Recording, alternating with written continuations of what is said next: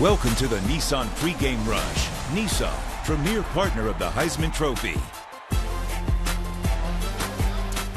The home field advantage has been significant for Pittsburgh against Virginia Tech historically, at least in this stadium. 2 of the 3 victories that Pittsburgh owns against Virginia Tech were unranked Panther teams beating a ranked Hokies squad.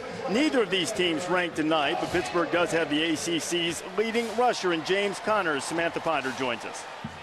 Yeah, for obvious reasons, Reese, it's already been an impressive season for James Conner, but today got a little more fun as he received a phone call from Marshawn Lynch, the reason that he changed his number from 40 to 24. Number 24 has a very friendly home audience tonight. His father, his surrogate father that is a professional photographer on the field, so he has a pretty good view. And his high school, McDowell High School, only about 2 hours from here, canceled all extracurricular activities and sent 3 to 4 busloads of students to cheer their guy on.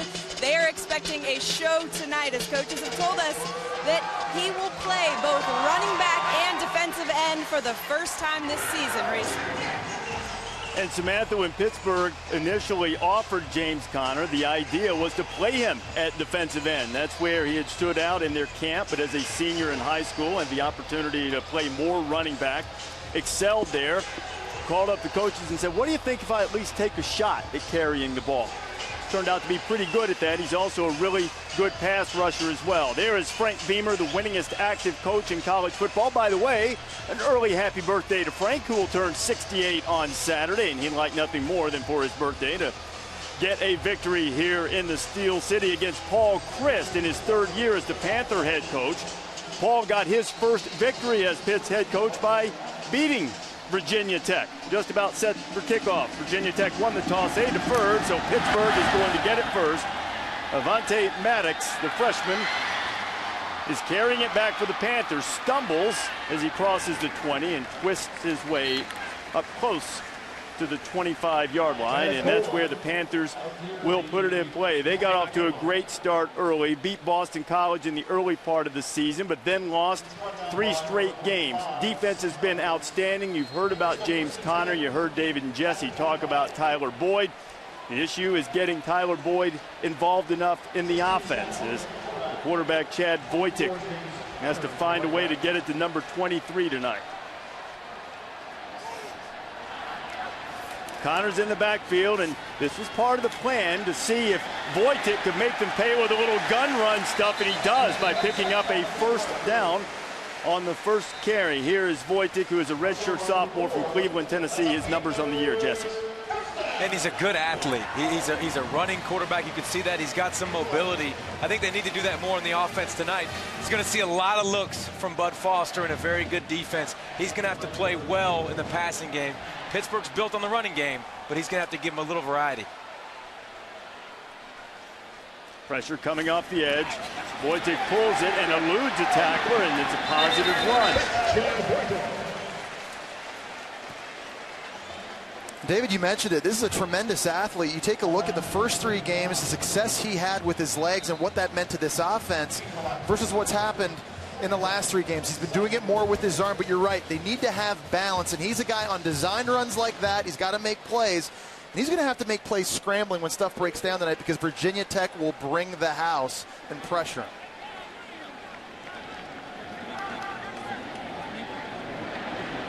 Want Chad to be able to turn himself loose and just play, not worry about being a perfectionist. First touch of the night for Tyler Boyd. Boyd looking for the corner and the first down. Lowers his shoulder. He's going to be stopped just short of the first down by Chuck Clark. 3rd down is short coming. The best players for Pitt have to touch the ball. In recent weeks, it's been tough. A lot of defenses have double-teamed Tyler Boyd, especially on 3rd downs. So you see Paul Chryst trying to find ways early, creative to get him the ball, gain some positive yards, and set up these 3rd and manageable situations. A lot of big bodies on the field for Pittsburgh now. Tight formation. Paul Chryst, former offensive coordinator at Wisconsin. This set very Wisconsin looking as Conner breaks a tackle, gets to the outside, and he's dragged down again by Clark. Another tackle by him, but we'll see where Conner's spots it. He gets the first down. Last 3 games, the offense competition is certainly elevated, but the offense is taking a dip. It's taking a dip, and Connor's still getting the rock, and they're still going to feed him. You saw him right there. He's 250 pounds. He's big and physical. But they just haven't been able to pass the football effectively enough to get all those bodies out of the box. Right now, it's a good sign that Pittsburgh's getting first downs. They like to eat the time of possession. Let the clock tick down. Now, you're not going to have to worry a lot about tempo tonight with either team, but particularly with Pittsburgh. And Wojtek didn't get rid of it in time, and down he goes. And the team that has been as good as anybody bringing pressure gets the first sack of the night. Virginia Tech can bring heat from all over the joint, not just linebackers, but defensive linemen as well. And inside, number 96, it's Corey Marshall. He is an excellent pass rusher in one-on-one situations. If you're Wojtek in this game, your clock has to go off against this pass rush.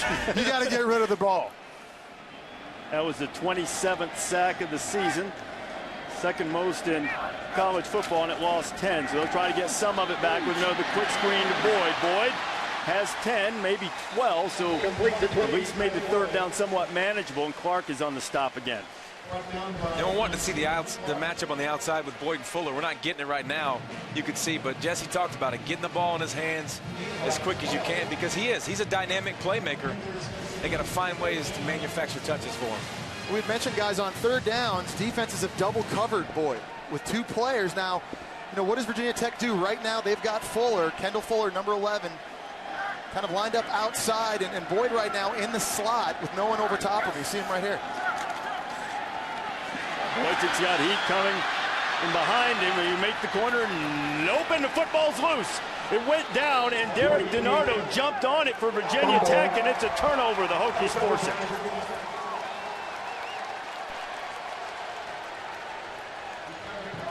And Deion Clark runs Wojtek down and then gets a little help with a great job and a great tackle by Donovan Riley.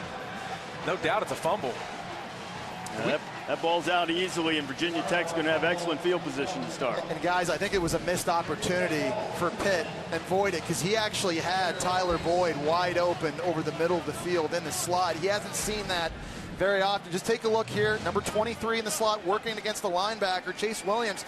He needs to get that football right now. Those opportunities haven't come up very often in recent weeks. That was a missed read by the quarterback, Boyd. So Virginia Tech without its top three running backs tonight. And the only running back is Sam Rogers in the set. First pass from Michael Brewer is complete. Making the grab is the tight end Ryan Malik. Virginia Tech went into the horseshoe and beat Ohio State 35-21. A splendid defensive performance that night. And Michael Brewer, with a gutsy one, continued to get up and make plays. Then the Hokies lost their next two, one to East Carolina, another to Georgia Tech. This is a young team. A lot of freshmen have made plays in the early going, particularly at receiver. Michael Brewer on the run, and he's knocked down quickly. Pat Amara making the play from his defensive back spot. Here is Michael Brewer, the graduate transfer from Texas Tech. And when I watched him on tape, Reese, for 96% of the games, I really like him. I think he makes good decisions. Exactly 96%. I think he anticipates well, and he operates well in the offense. But, guys, there's 2 to 3 disaster plays a game that have already cost Virginia Tech in 2 losses early this year. He's got to avoid those 2 to 3 disaster plays tonight. The 11 interceptions, second most in college football. Only Tyler Rogers of New Mexico State has thrown more. Brewer going to try to convert on third down. He's got Bucky Hodges out there, and he overshot him. Hodges is the freakishly talented tight end with the great speed, who's scored touchdowns or scored, I should say, in 5 straight games, 4 touchdowns and a 2-point conversion. They'll look for him a lot tonight. And guys, tremendous job by Pitt's defense. Sudden change situation. You fumble the football, you give it back to Virginia Tech at midfield, and you force a 3 and out. It's a great start for defensive coordinator Matt House in this D. Both of these defenses ranked very high statistically. Both have lived up to billing in the early going.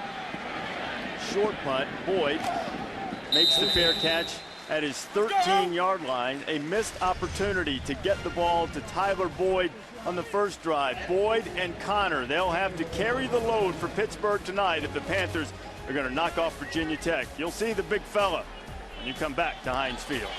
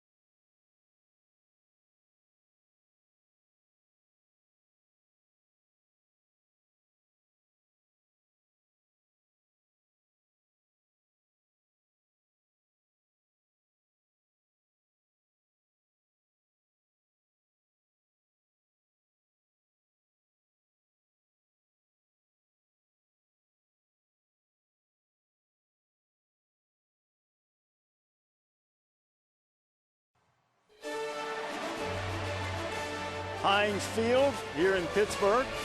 The headquarters, there's the old Heinz Ketchup building. Put a little spice on everything. Tonight, we'll get a little, and we've already gotten some defensive spice from both of these teams as each offense was stopped on its opening possession. Pitt had a little something going before Wojtek fumbled on the scramble. They go to James Conner's circle button, and he picks it up out to the 30-yard line. About a 16, maybe 17-yard pickup on the run. And I really think Pitt has to be patient tonight with the running game. We talk about Virginia Tech loving to bring pressure, but you live and die by the blitz.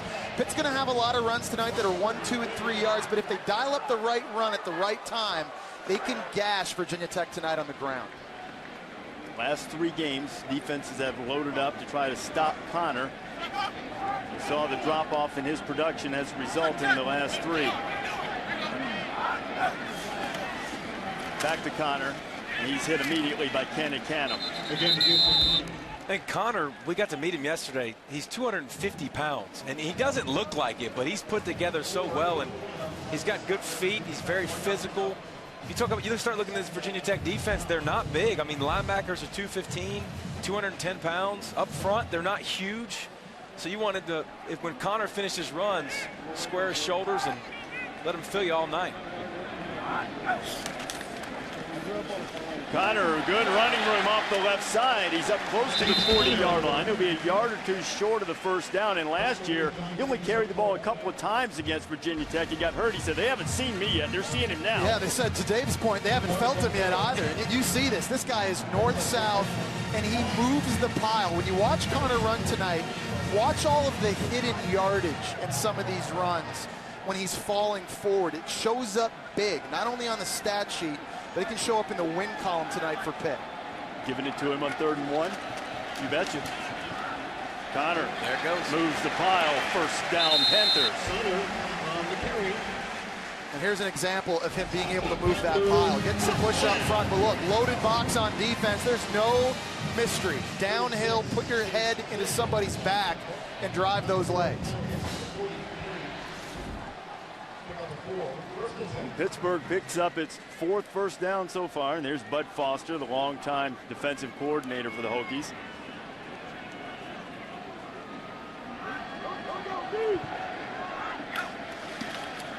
Run blitz at Conner, and this time they knock him down in the backfield.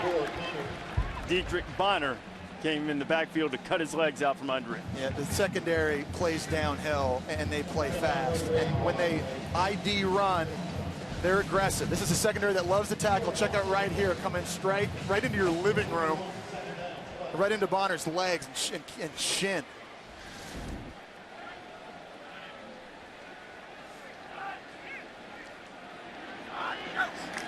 Now Wojtek's going to run it. Design quarterback run. Wojtek across the 45, 47, maybe the 48. He's got to get to the 47 of Virginia Tech to pick up the first down. And there's got to be some kind of, you can't, I know we like Conner and they want to run up and they want to line up and pound him, but there's got to be a changeup. And Wojtek is going to be that guy running the football. You can tell already early in this game. Now is where he has to deliver. He has to hang in the pocket, makes plays. You know pressure's coming for Virginia Tech. You got to be able to handle and deliver strikes. And David, he missed Boyd on the last 3rd down. Got to make a better decision on this one. They've run 11 of their 13 plays so far, but now they're going to try to throw and pick up the first down. Wojtek down the middle of Boyd. What a catch by Tyler Boyd, and he's gone. Touchdown, Pitt.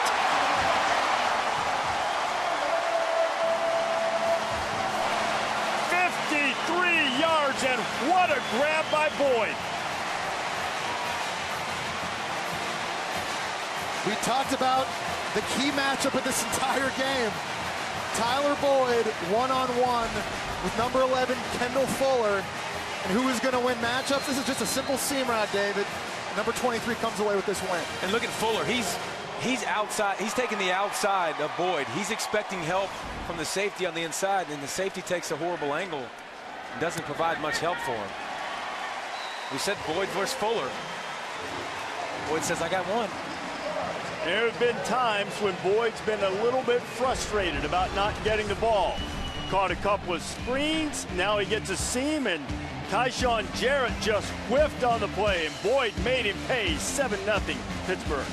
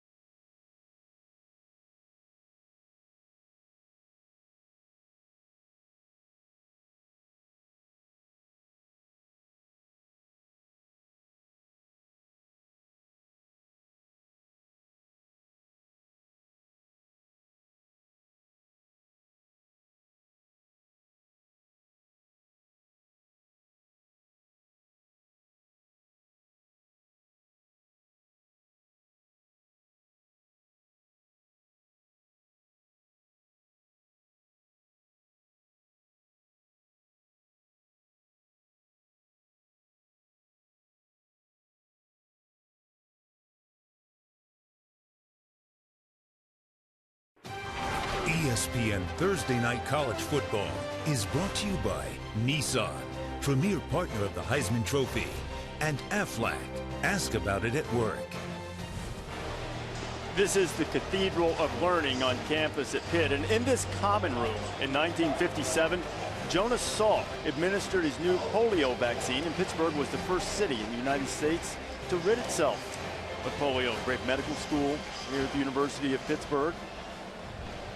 Panthers hoping that taking on Virginia Tech at home will be the medicine for their 3-game losing streak. They just struck with the longest pass play of the season, 53-yard touchdown pass to Tyler Boyd as Chris Blewett puts a foot to it and drives Dimitri Knowles deep into his end zone. He'll take a knee, and it'll be Virginia Tech's ball at the 25. Here's the touchdown. We talked about the Fuller-Boyd matchup right here. You got to understand, he's got safety help on the inside. He's supposed to make sure that the receiver doesn't go outside, and if he does, he has him all the way. He's got help by his safety, Jarrett, on the inside. Look at the angle he takes to get to Boyd. Instead of coming straight up, he goes a little bit back, and that's what makes Boyd be able to catch the ball. It was a bad angle on defense, but what about the catch by Boyd? Because he's probably expecting to get whacked. Yeah. Concentration. How many receivers do you see alligator arms that? Yeah. It was also a big-time throw by Boyd. I was going to say, speaking of guys who got drilled, Boyd did by Chase Williams as soon as he threw it. Michael Brewer trying to answer.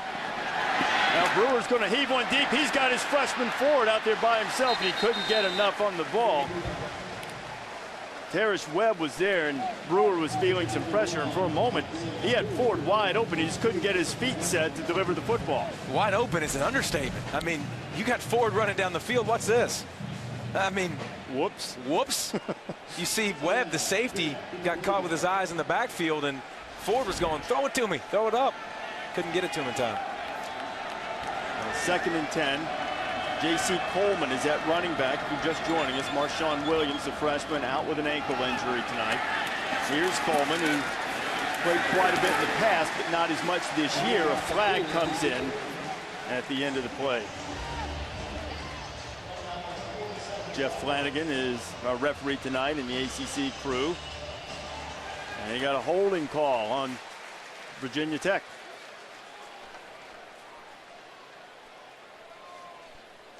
Holding. Offense number 45. 10 yards from the end of the run. 2nd down. That was Sam Rogers' call for the hold. You're going to see Sam Summit running back. Here are the running backs who are out tonight for the Hokies. Marshawn Williams, they hope he will be able to play against Miami next week. Shai McKenzie, re-injured an ACL that he had hurt in high school. Trey Edmonds broke a collarbone. So offensive coordinator Scott Loeffler, he's got to try and manufacture running game. And he'll do that with quick throws and sprint outs, trying to find ways to get 3 and 4 yards. And you'll see this a lot tonight, too. A little jet sweep with Deion Newsome, the wide receiver, getting the carry. This is one of the fastest players on Virginia Tech's entire football team. They do this a lot. You're absolutely right, Reese. Trying to get fast guys the ball on the perimeter in space. But it's a nice job of Pittsburgh's defense staying home, wrapping up a sure tackle. That's Anthony Gonzalez making a stop. And here we go, 3rd and California. Michael Brewer and the Hokies, they need 12.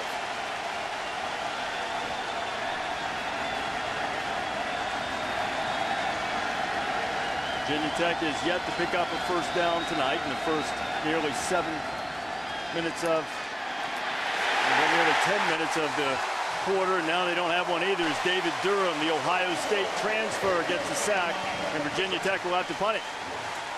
And we talked about all the running backs that are out for Virginia Tech. Sam Rogers, the fullback, the big sturdy guy, the right side of your screen right here, he has to be able to pick up the blitz when it comes. Good job with the protection, but then he just gets ran over and beasted. And how about that? Pittsburgh gets home with 3 guys. They rushed 3 on that play. And pass rush had been a big problem for them coming into tonight. This is one of the reasons they were going to use James Conner. And there's some contact with the punter after the punt, but no flag has come out. And Pittsburgh scored the last time they have it, and they'll have good field position after the 36-yard punt. Wojcik back to work in a moment.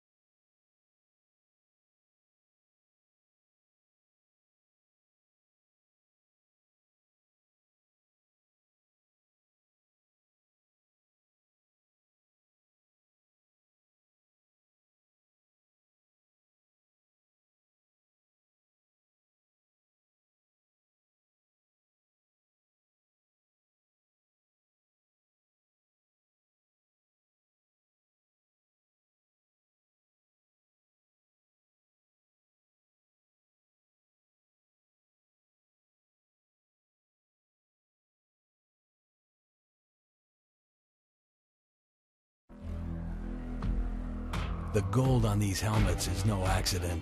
And when they collide, we remember. Undefeated season on the line.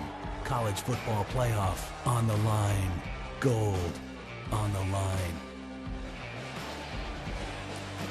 Less than 2 weeks away from the initial rankings from the College Football Playoff Selection Committee. This game is going to have a huge impact. The numbers from Everett Golson and Jameis Winston. Turnovers a problem for Golson. That's not just interceptions. Fumbles have really been a bigger problem for Everett than interceptions, and Jameis has turned it over 6 times as well. Be a good one on Saturday night in Tallahassee. Now some throwback as Tyler Boyd caught a touchdown pass, and now he throws it to Boyd. He is into Virginia Tech territory inside the 25, and the Panthers dialing up everything just right. 29 yards. Play call by Pitt. We talked about the athleticism of Chad Voidick, and here you go, getting the ball in the hands again of one of your big-time playmakers, Boyd, who you don't see a lot line up at running back. That should have been an alert for Virginia Tech defensively. Wow. Voidick, who endeared himself to this staff. He was recruited by Todd Graham's staff, sort of held the recruiting class together until Paul Chryst was hired. He's off to a terrific start tonight. Chris James is in at running back now for the Panthers. He'll be a lead blocker for Voidick, but nobody blocked anybody well enough. Corey Marshall again in the backfield to knock down Voidick. And Luther Mattey's out at defensive tackle, so somebody has to step up, and early Corey Marshall doing a great job. Remember, he had the sack already in the pass game, and you see right here, he's lined up right there.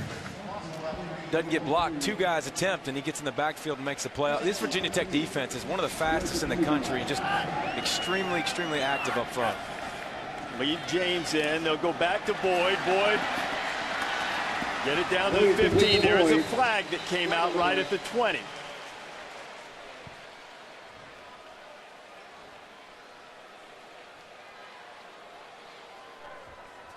Shot block. Offense, number 63, 74, high-low combination. That's 15 yards. You spotted the foul. Still second down. A high-low block called a chop block. Doug Rose, the ACC coordinator of officials, is here. Doug, tell us what we see here. Well, any combination block, a high block accompanied by a low block at the thigh or below is a chop. It's a player safety issue, and that's what they call it. You saw that on the left side of the screen from the center, the right guard. Those 2 guys now leaving Pitt with a 2nd and 25 and negating the solid gain on the pass to Tyler Boyd. Pittsburgh up 7-0 in the first quarter on Virginia Tech.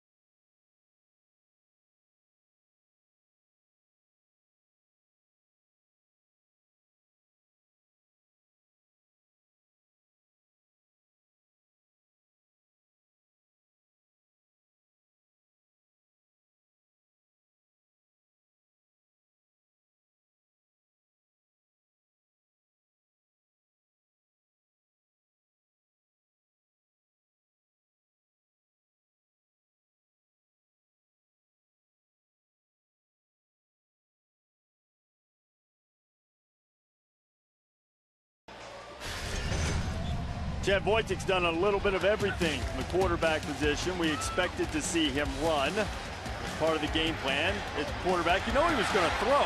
We didn't know if he'd throw well, but we did not know if he would catch. And then he did.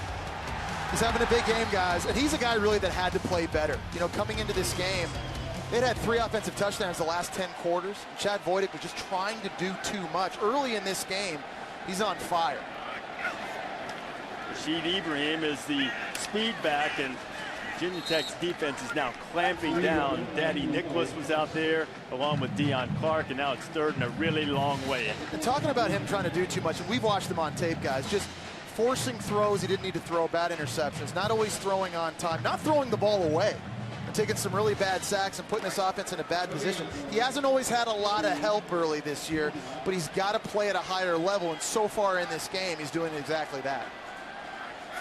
On 3rd and 25, maybe just trying to get him back in field goal range, and he missed Tyler Boyd badly. And Kendall Fuller for a second. He had a pick 6 against North Carolina. Might have had a shot for a second there. Just going to say, if you're going to miss, don't miss near 11. I mean, you got lucky on that throw there. We talked about the decision making, how everything needed to be better, not forcing things. I don't know if Kendall Fuller can believe what just happened, that he missed that chance. So Pittsburgh really squanders a golden opportunity to score. At one point they had first down from the 22 of Virginia Tech, and now they'll punt it away. Panthers have a chance to stop it short of the goal line. An excellent special teams play by Pittsburgh. They'll put Virginia Tech deep in their own territory. I think that was Nicholas Grigsby who was down there to down the punt. ESPN's Monday Night Football. No other night is Monday night. The Houston Texans against the East Pittsburgh Steelers. Ben Roethlisberger and Pittsburgh. We saw them working out yesterday. They share a complex with Pitt Panthers. Started at 8:15 Eastern Time. When Big Ben goes into a game, he knows old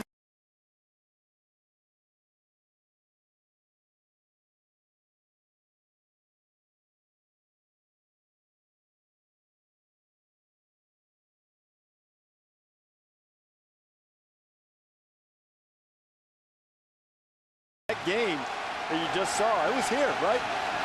No, that was at Cincinnati. It was at home in Cincinnati. Okay, well, anyway, he had 8 tackles and that sack in that game. Research staff looking it up. Joel Caleb getting a carry, so 2nd down and long, and of course Ben's going to have to deal with another 99 who can get after the pass from J.J. Watt on Monday Night Football. Yeah, he's a lot better. But can he play tight end as well as you can? How about he's got a score playing tight end this year. Yeah, he's got 2 pick sixes. I'll take you out in the field on a back shoulder fade for me. Somebody needs to make a play for this Virginia Tech offense. Oh, they've got a great punt. They have terrible field position. They run it with Caleb again, and Joel Caleb is barely getting back to the line of scrimmage at that. Terrence Webb on the stop. So we talked about disaster plays with quarterback Michael Brewer. He threw a really bad interception there last time out against UNC in this area of the field. So you got to be very smart. You can't take a sack, but you can't force an interception. If punt's the best play, so be it. You've got one of the best defenses in the country. Let them come back out on the field if it's not there. Sam Rogers is the lone running back with Brewer in the backfield. Brewer to Ford. Lafayette Pitts on the coverage, and it'll be 3 and out again for the Hokies. They've had it 3 times, each time 3 plays and punt. Yeah, this defense is feeling it right now, and they're playing aggressive. They're playing close to the ball, and it's a nice job by Pitts, a corner, just reading the quarterback's eyes. It's a zone. When he sees the throw, he reacts. Why do you throw a 3-yard route on 3rd and 9 out of your end zone? Give the punter some room. A low punt. If Boyd can scoop it up, he does. Tyler Boyd gets it back to the 35 of Virginia Tech. He's stopped by Dion Newsom as we check in with Samantha Ponder. Yeah, Reese, Bud Foster very happy with his defense's series that last time around. And despite all the quick passes, his focus has still been on stopping the run. Just another confirmation that they do want to have Chad Voidick forced to throw the ball in this game despite that big touchdown on that first drive. So we'll see if they're able to do it when they get back out there. Well, Sam, historically, Bud has really made it tough against quarterbacks who are seeing his defense for the first time, as Voidick is. And Connor picks up maybe 1. It'll be 2nd down and long. Well, look what this Virginia Tech defense has done under Bud Foster, who's been with Frank Beamer since 1995.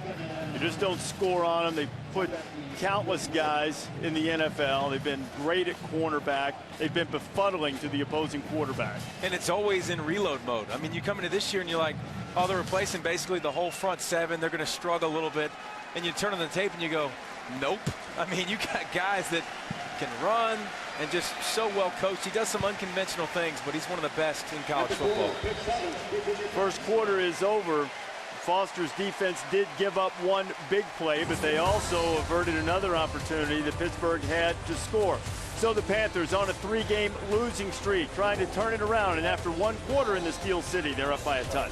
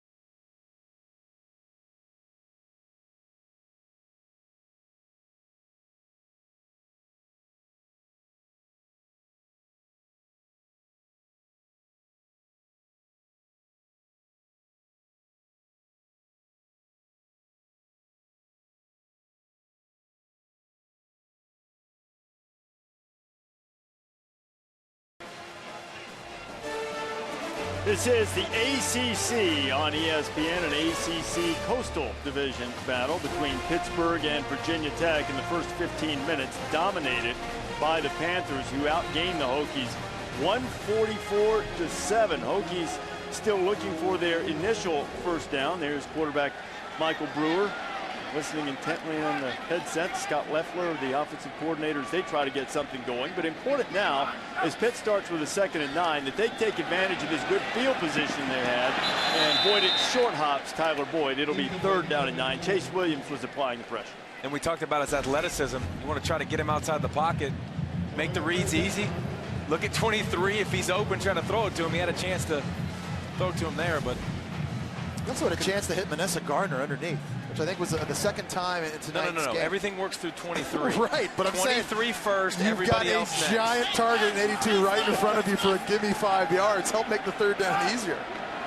They're just barely in field goal range. They pinned Virginia Tech back after the punt. Now they're going to be out of field goal range as Voight gets sacked. And that's one of the things you were talking about, Jesse, about knowing when to throw the ball away, get rid of it, conserve some yardage, and that hurts Pitt there. And throwing the football on time. And, you know, obviously this is a very talented Virginia Tech defense. We talked about the clock that has to go off, and he's got Gardner again from the left side of his screen, number 82. coming in on an in route, and then this ball has to come out. You have to understand, playing this defense, field position's huge. For a team that doesn't have a first down yet, Virginia Tech, I would say, is in not too bad a shape as they've turned away a couple of really good scoring opportunities for the Panthers. Fair catch is called for, and then going to get a little bit of breathing room after the bump on the fair catch. I think that was Grigsby again. Grigsby made a good play on special teams to down the ball on the 1, and this time I think he's going to get the penalty. And I understand the penalty because he's trying to, if he doesn't catch the football, he wants to try to make a play on it. But he just, number 15 yards from the spot of the foul. First down. You know what I'm saying? Like he wants to be behind him to be able to catch that ball on the 1, but obviously he gets backed up into him, and you know, if you're within 2 yards, if you're within a yard, they're going to call that, and they're going to give a 15-yard flag.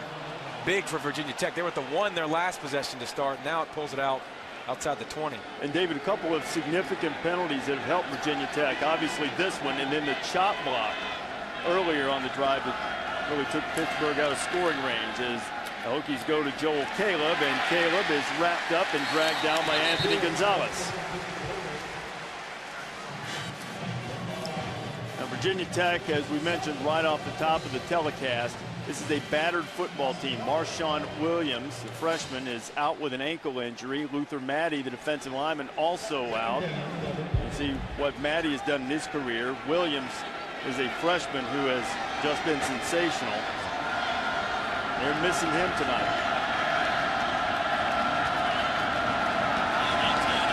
Second down and 10 for Michael Brewer, the transfer from Texas Tech.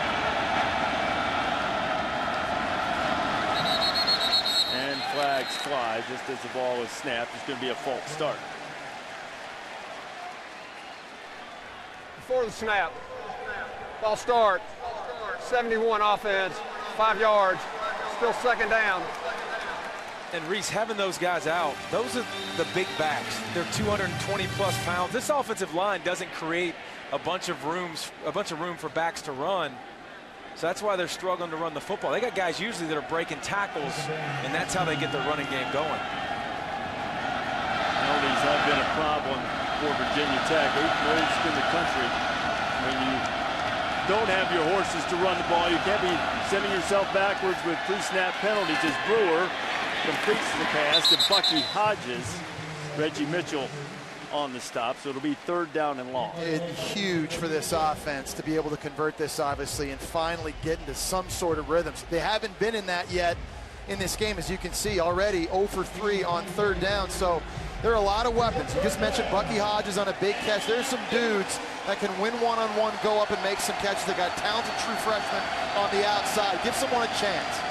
2 freshmen, that's Ford at the top of your screen. Cam Phillips just went out of the camera shot at the bottom. Brewer on third down, throwing it quickly. And incomplete. It would have been short of the first down anyway as he was looking for Hodges. Ray Venipal was on the coverage, and the Hokies will have to punt again. I don't understand 4th and 8. You run another 6-yard route, but Bucky Hodges is a guy that he has a tight end, but he can win on the outside. He goes up the field. I'm confused right now of why Virginia Tech continues to throw those routes short of the sticks. Yards after the catch, and hoping for it would be the only explanation, as Boyd, the punt, calls for the fair catch and then doesn't make a play on it. And now to roll out of bounds at about the 25-yard line. A 51-yard punt, and Pittsburgh at night. So far, this city liking what it sees. 7-0 Panthers.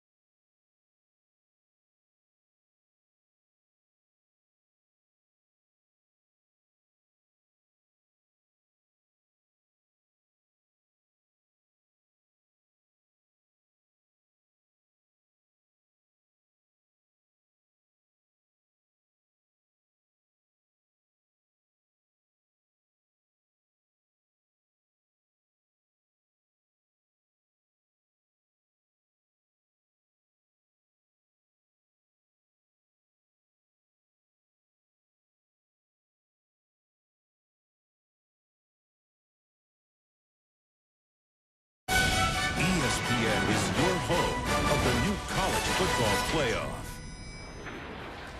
A significant matchup for a couple of teams aspiring to reach that inaugural college football playoff. Bill Snyder and K-State taking on Trevor Knight in Oklahoma. That's noon Eastern time on ESPN. What a way to start your college football Saturday on ESPN. Oklahoma, the team, Jesse said on SportsCenter tonight, among the one-loss brigade, most likely to get into the college football playoff. Kansas State might have a little something to say if they could win that game. Oh, boy, does Wojtek get drilled.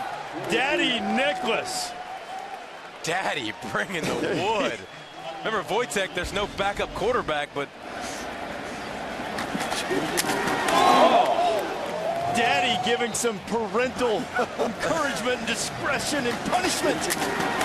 Or some advice. Corporal punishment. Slide, get down. We talked about these dudes Virginia Tech has, and Dave, you mentioned it. They reload. Playing without 4 starters from last year in tonight's game. They got some guys that'll get after you. Pretty sure I saw Bruce Smith over on the sideline applauding that last play. And Virginia Tech's defense is all over everything on this series. Kyshawn Garrett wrapped up Tyler Boyd immediately. And Virginia Tech has seen enough of these quick screens outside to these Pitt wide receivers, and they're not playing off anymore. They're getting up in their drills, they're pressing them, they're fighting off blocks and making stops. And now that was a big one. 2 direct plays, 2 tackles for loss. Now you set up 3rd and long, and remember, this is Bud Foster defense. Get ready for pressure and defensive linemen that are athletic, pinning their ears back.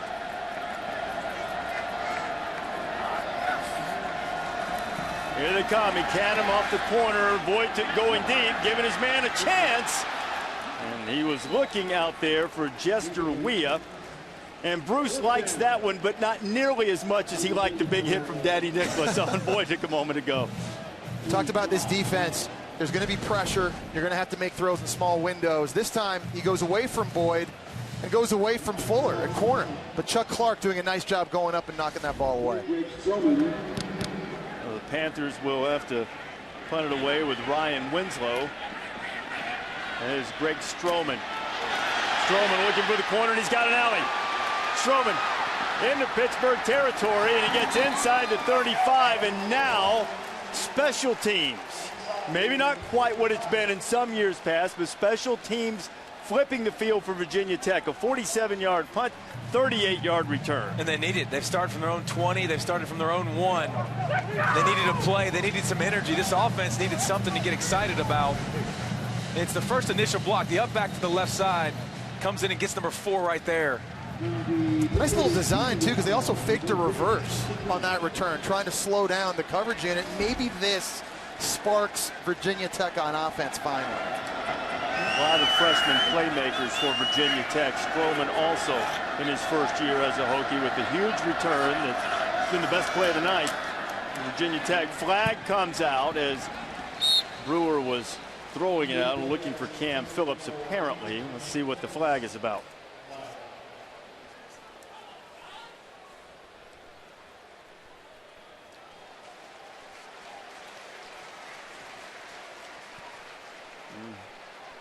Hamer looking a little frustrated. Illegal formation. Offense. Number 63 was lined up in the backfield. 5 yards. Still first down. Okay, the reason Frank is mad, you'll see tackles, particularly left tackles, try to get a deep set to stop pass rushers, and they ruled that time he was a little too deep. And it doesn't get called very often. Yeah. I think that's one reason why Beamer's as angry as he is. So a 5-yard penalty. And look on the bright side, it was an incomplete pass. At least he saved the down. Brewer, this time he's right on the money to Cam Phillips. We have ACC coordinator of officiating Doug Rhodes with us. So Doug, Jesse just said you don't see that call very often. What about this call? Well, it's correct. There's only 2 kinds of players on the offense, either on the line or in the backfield. And you can't be in the never-never land there. The head of the player must cross the imaginary plane of the waist of the snapper, and it did not on that case with 63. And Doug, if that's the case, it looked like the guard and the tackle then were lined up too deep. If that's the case, Pittsburgh bringing pressure. Brewer pulls it down. Michael flips it out. It's knocked away by Venepal. Brewer was looking for Willie Byrne. 3rd down coming. And this is great play in the secondary. I mean, Brewer, there's nowhere to go with the football. He has to scramble and buy time. The protection was great, by the way, too, up front. But look, where are you going to throw the football? Virginia Tech's got him, or Pittsburgh's got him blanketed. This is kind of what you would expect. Virginia Tech and Pittsburgh, tough, hard-nosed defensive struggle so far through the first quarter plus. Hokies looking for their first third down conversion of the night.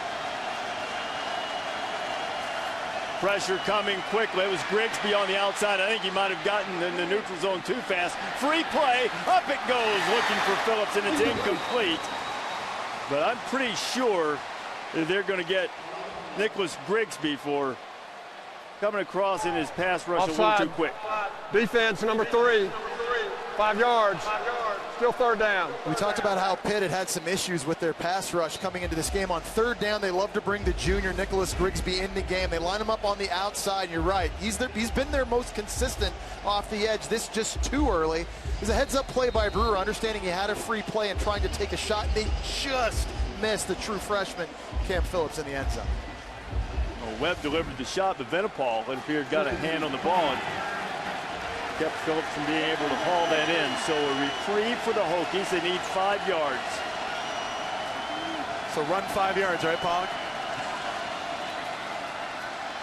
Brewer underneath, tackled immediately, short of the first down. Again, another underneath route as Reggie Mitchell was all over Cam Phillips. And to David's point earlier, these are routes that aren't getting the required distance. I mean, these shallow cross routes, as a receiver also, you have to understand where the chains are. You've got to press up the field and give yourself an opportunity. Give Pittsburgh's defense credit right now. They're playing lights out. Joey Sly going to attempt a 42-yard field goal. He is 1 for 3 from this distance. Puts a good boot to it.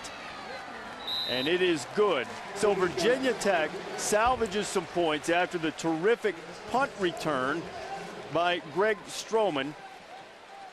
And though the Hokies are still looking for a first down, at least now they have points. Dad Foytik took a big hit from Daddy Nicholas. We'll check on him when you come back.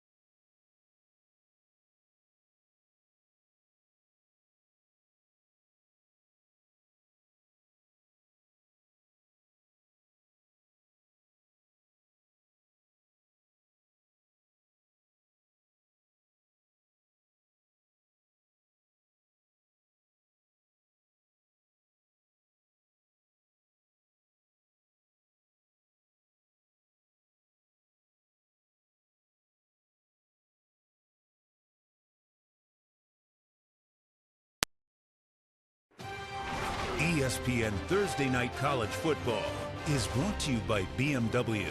We only make one thing, the ultimate driving machine. And Cheez-It Grooves, because at Cheez-It, real cheese matters. That's the remains of the outfield wall from Forbes Field, which was the original home of the Pirates. It's in the middle of campus, and so too is home plate.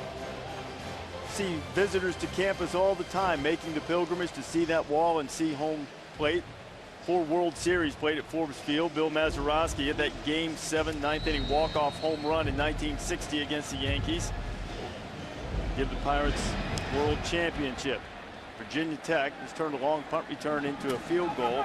Avante Maddox will return the kickoff for Pittsburgh. Maddox spinning across, well, near the 30-yard line and knocked down by Sam Rogers. Sam, what have you seen from Chad Wojtek? Spent the entire drive with athletic trainers. He's dealing with an injury to his left hand. At first, they just iced it for a while and then took the ice off, tried to tape it up and cover it with a glove. You'll see a glove on his left hand right now. He spent some time with his center, just trying to take snaps under center. It's clearly uncomfortable. Jesse, my question is, not his throwing hand, obviously. How much does that impact just handing the ball off? Well, I think it helps, obviously, if you have a glove, just to be able to keep a grip on the football.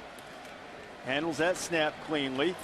They go to the freshman, Chris James, as he picks up 6, maybe 7. And Sam, to continue answering your question there, obviously, you get dinged up on the left hand, and anything you can do now to keep a grip, because he's going to have ball handling with that left hand, whether it's under center accepting snaps or handing off. Any handoff to his right side is going to have to be made with that left hand. It's something that a lot of quarterbacks aren't very familiar with. It's something he's going to have to get familiar with very, very quickly.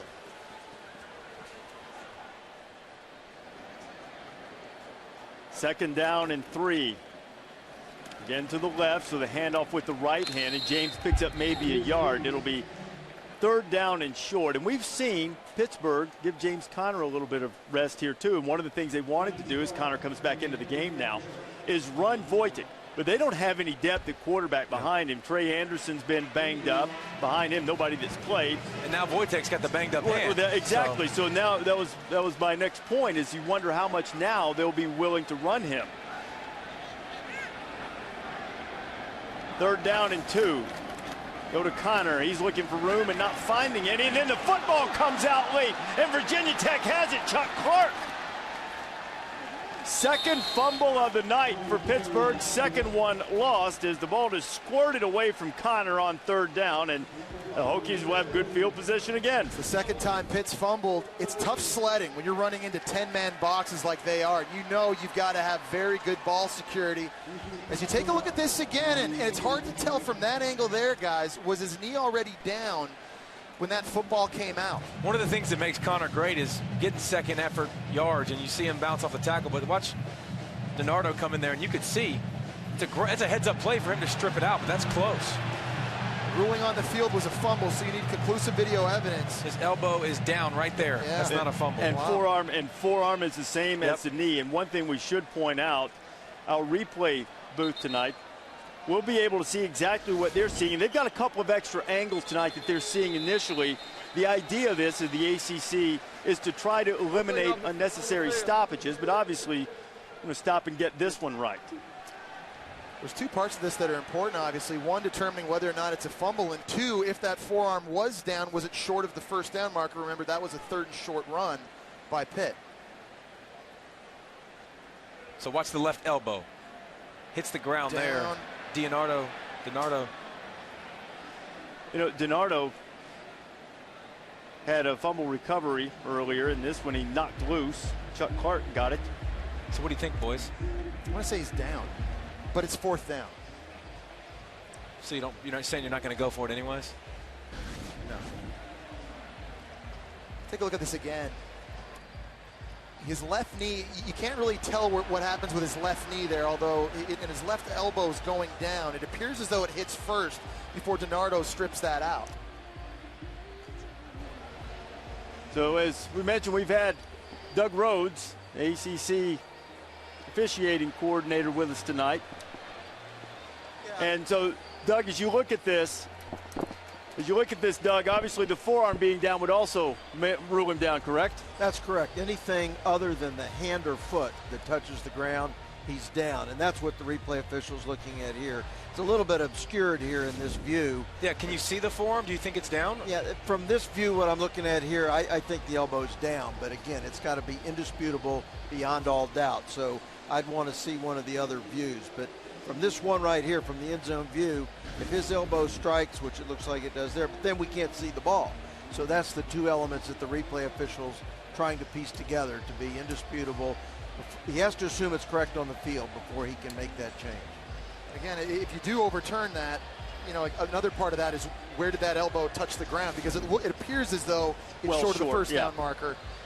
Correct. It's the forwardmost point of the ball when that other body part touches. So that's the two things that they'll look at it. Well, if that was the case, guys, that'd be a huge break for Pitt. Obviously not getting the first down, but at least not giving Virginia Tech the football back in your own end. You'd love a punt right now if you're Paul Chryst, the head coach of Pitt. Connor had a couple of costly fumbles in an early season game against FIU. But Pittsburgh really, I wouldn't say they've been plagued by fumbles coming in, but this was the second one tonight, and they're going to be very fortunate if the replay booth overturns this and rules that Connor was down. And as Jesse pointed out earlier, Ralph Pickett and his group and the replay official, this is what the replay booth is looking at right now. As you see on your screen, you're seeing exactly what they see as they try to make the determination whether Connor was down, and if he was down, where to spot the ball. From the end zone view we saw earlier, it appeared that the forearm came down short of the first down line, which would mark him down and short of a first down. They are looking for the spot right now. That is what they're making sure they get right,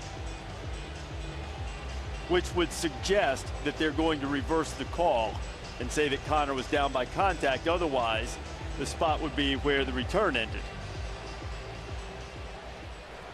After review, the ruling is the runner was down. It'll be 4th down and 1 at the Pittsburgh 39-yard line. Please put 7:23 on the clock, please.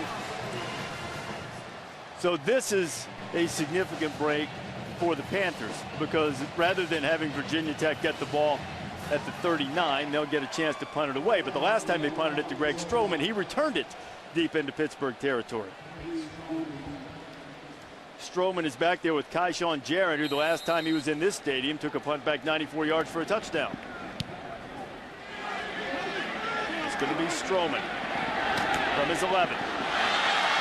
Looking for the edge. Not going to get it. Much better coverage by the Panthers this time. Avante Maddox, who returns kicks for the Panthers, covers them quite well also. 7-3 Pitt.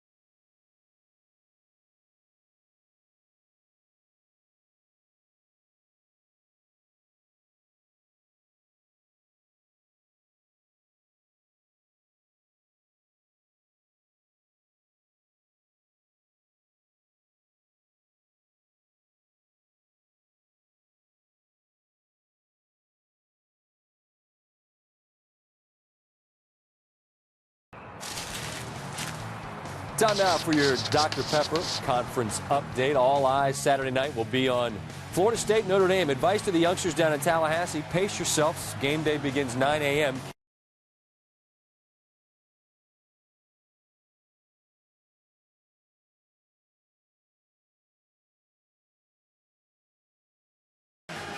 And Scott, they're getting an early start on the weekend in Pittsburgh. Panthers on top of Virginia Tech, 7-3. Hokies haven't done anything on offense yet. Quick pass, get it to Cam Phillips, and Phillips still on his feet. It's across the 20-yard line. Going to be just short of the first down, I believe. Here's what the Hokies have done tonight, all 3 and outs. That is, prior to that last pass to Cam Phillips, they were averaging just over a yard per play. Certainly not great execution by Virginia Tech, but I think, too, you do have to give Pitt credit on defense. And they're kind of a no-name defense. Not a lot of star players on this unit, but they take pride in not giving up explosive plays. They don't pressure a lot. They keep the ball in front of them, force you to drive the field. Tonight, they've only been on the field 17 snaps, guys. They're playing pretty well. A lot of times, this is where I would wonder if you take a shot when you haven't gotten a first down all night. Maybe you just run that thing and try to move the chains once. See what Scott Leffler does, the offensive coordinator for the Hokies. They'll run it with J.C. Coleman. Coleman has the first down. And Aaron Donald's not out there anymore for Pitt. He was the best player on defense a year ago. You see these guys, they just kind of play together as a unit. They stay in their gaps, they tackle, they do the things you're supposed to do. And they haven't played the best offenses in the world this year, but coming into tonight, guys, 4th in the nation, giving up only 279 yards a game. Inside the 6-minute mark, Darrell Render, K.K. Mosley-Smith trying to make up for Donald's absence, and Mallett caught it, then he fumbled it, and it looks as if the Panthers have it. Ray Venipal, who's been busy tonight, knocked it free, and David Durham appears to have the football. And he does. And I think the question becomes, Reese, did he catch it? Did he get it in bounds? I think he definitely caught the football. Football move, Venipal knocked it loose. Now let's see if he recovers it in bounds with his body not being out of bounds. See, some of his elbows out and his feet are out.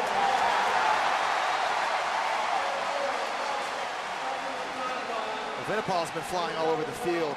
He has had a great first half. The ball just sits there. Brewer can't get to it. The big question is, obviously, when does Durham have possession of this? I think we just had Jeff Flanagan announce that the ruling was that it was recovered but out of bounds, so the Virginia Tech offense is returning to the field. Well, the regather, Reese, when he's out of bounds, and then it looked like he regathered the ball with his arms.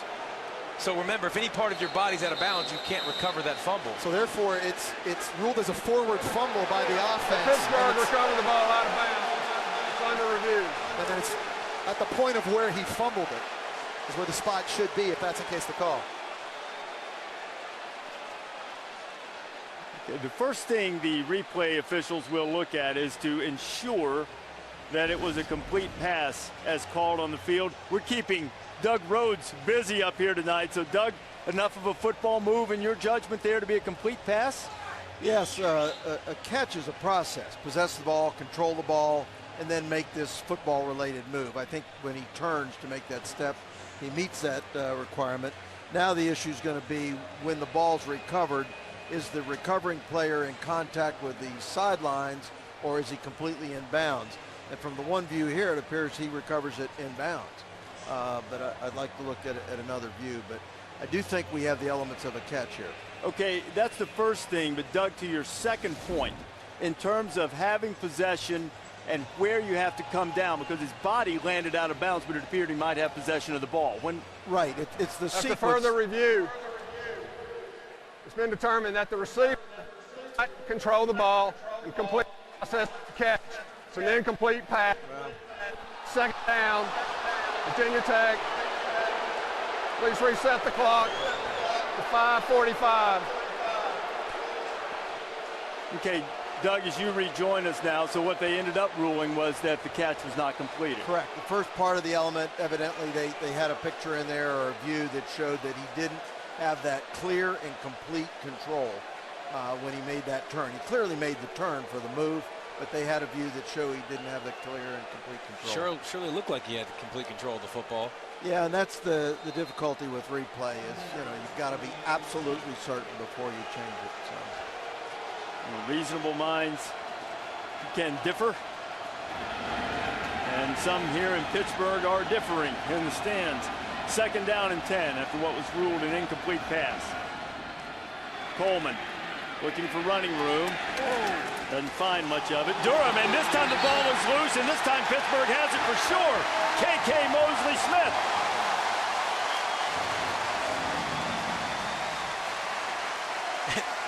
And this time David Durham's the guy who wraps up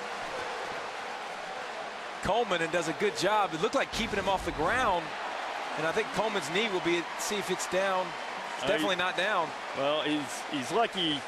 He's very close to a face mask, and that second effort allowed Reggie Mitchell to get in there and knock the ball free. And guys, watching J.C. Coleman run tonight, especially on that last run, that football is swinging wide away from his body. He's got to do a better job. 3 points of pressure, tucking it in. So Wojtek on the first play, a flag comes out. They were going to try to take a shot immediately after the turnover, and Wojtek scampers out of bounds. And 45, offense, 10 yards, previous spot, still first down. Devin Edwards called for the hold. And you've got to capitalize now if you're Pitt's offense. You've had phenomenal starting field possession at times in this game. You now get a crucial turnover from your defense. These types of games, big division game in the ACC Coastal, huge game. Pittsburgh's called this a must-win game for themselves. In these types of situations, you've got to cash out. You've got to put points on the board. They'd love a 7. Jesse, the perception from Pittsburgh hinges on this game. You win this game, you're thinking fight for the Coastal. You lose it, you start worrying about bowl eligibility. 1st and 20. Boyd's wide open, he's got it. Tyler Boyd inside the 20. Kendall Fuller makes the tackle. We talked about how quarterback Chad Wojtek had to throw on time. Ball has to come out. He does that right here.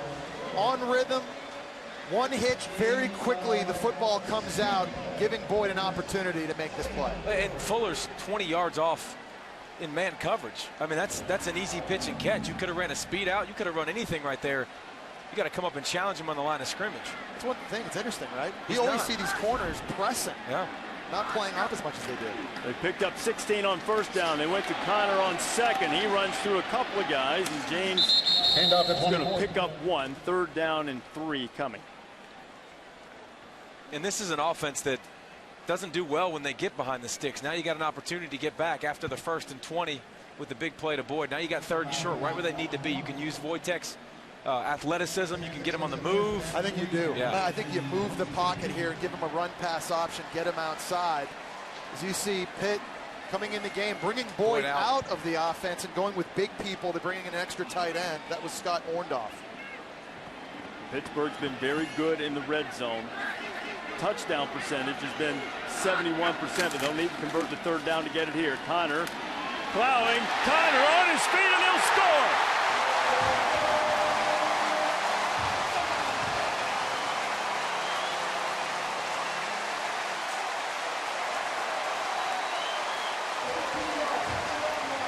Dietrich Bonner and Kyshawn Jarrett had a shot at him, but the big 250-pounder just rumbled into the end zone. We talked about how playing a pressure defense, obviously with big people on the field, you're going to get a loaded box, but you can gash them. If you break a tackle in the 2nd level, or 2 or 3, he runs right through Kyshawn Jarrett, and you can hit pay dirt. So the fumble is very costly for Virginia Tech. Pittsburgh turns it into a touchdown.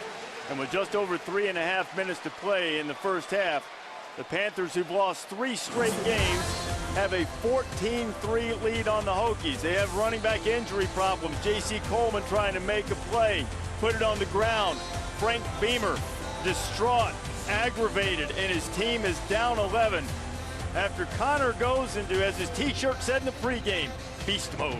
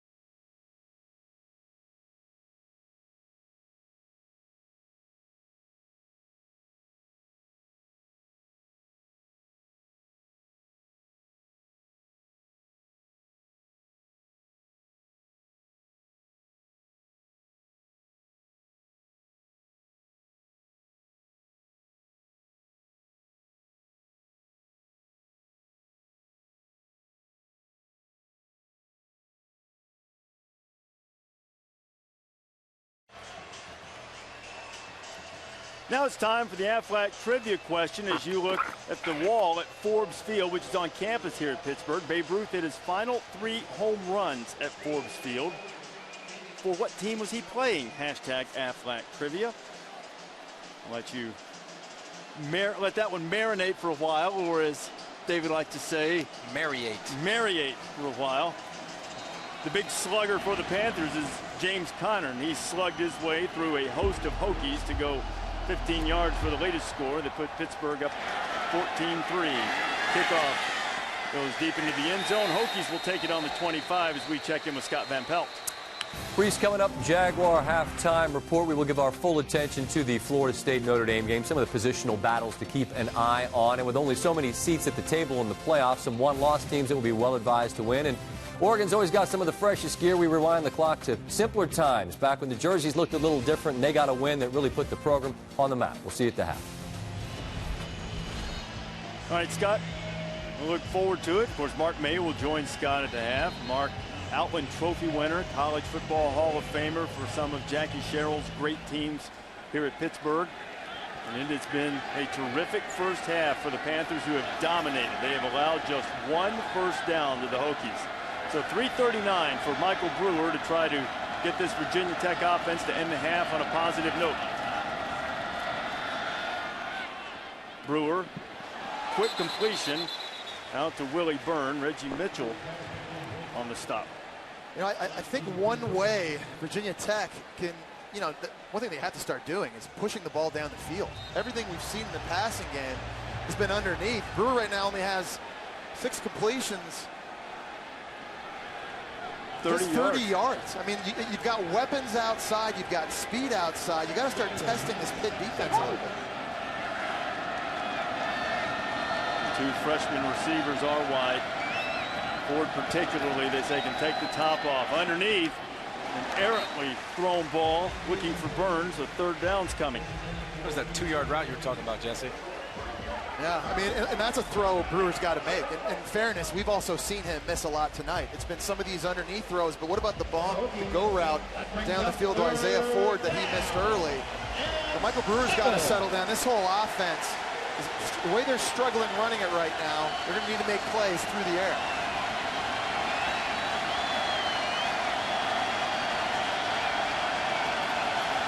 Crowd gets behind the Panther defense. Pressure's coming. Brewer steps up to avoid it and dumps it short.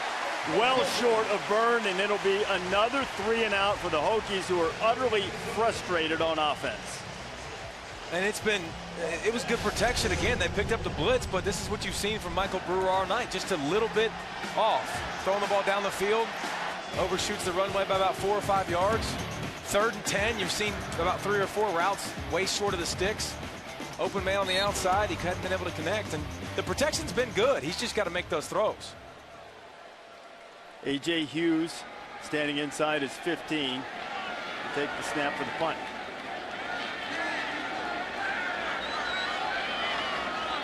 Let's get it off before the play clock. With a short kick that Boyd comes racing up, and he was flirting with disaster there as Tyler got there just in time to make the fair catch. 3:01 to play in the first half. Panthers will have another opportunity after the 31-yard punt. Here's the Aflac trivia question. Babe Ruth hit his final 3 home runs at Forbes Field, which the site of that sits right on the Pittsburgh campus now. What team was he playing for? The answer, the Boston Braves. Hit numbers 7-12, 7-13, and 7-14 when he was 41 years old.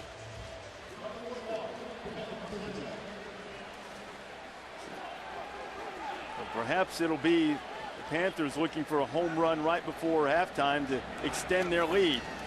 Chad Voight.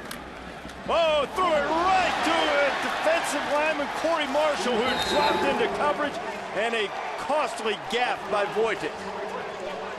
And Bud Foster dials up a zone blitz. You've seen the space Boyd's had to operate without Fuller up in his face on the outside.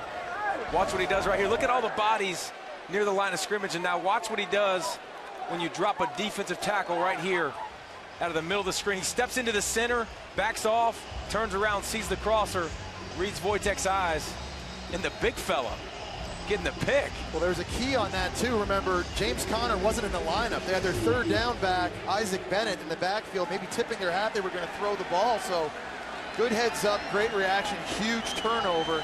Now this Vautech offense, they got to wake up. Now Brewer wanted to take a shot, and he does. Flags flying. That penalty will likely be on Pitt. But that's what happens when you push the ball down the field. You can get holding, you can get pass interference. Those little routes, there's so much less space to cover. You don't get many of those penalties. During the play, personal foul, face mask, defense, number 15. 15 yards, this spot, first down.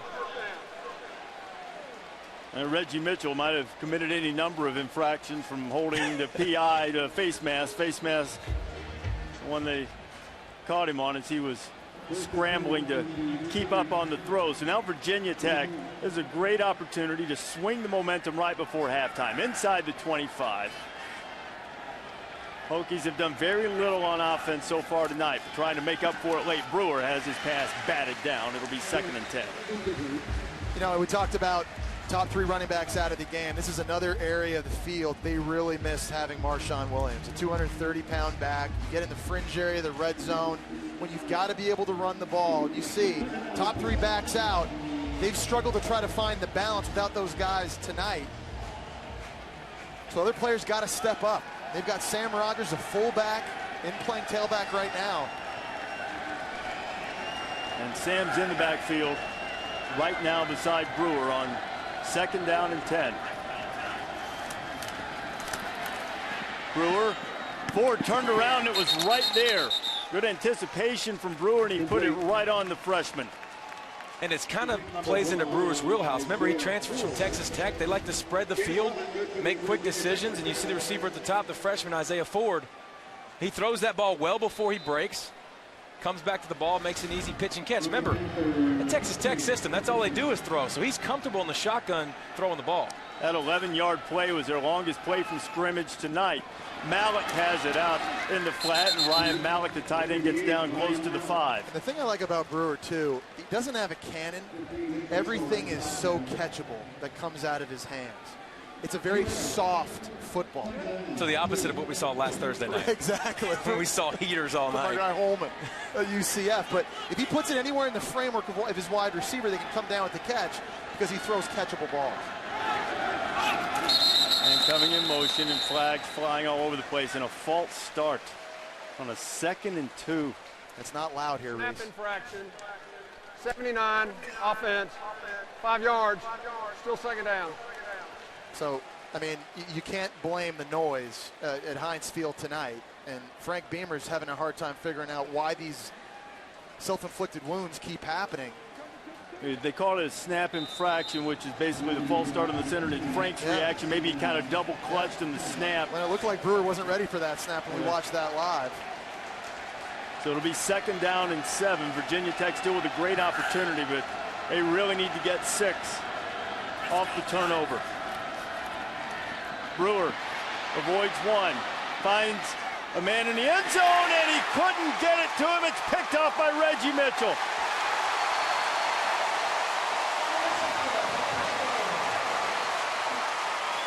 So Corey Marshall, who had picked off the pass for Virginia Tech and set him up. Still 1st down. Well, he'll still get an opportunity to make sure that turnover works for him, because there was a penalty on the play that's going to save Virginia Tech. They called roughing the passer. And Shakir Soto, the sophomore that had to hit on the quarterback. It's a great play by Reggie Mitchell in the back of the end zone, getting what they thought was a crucial interception.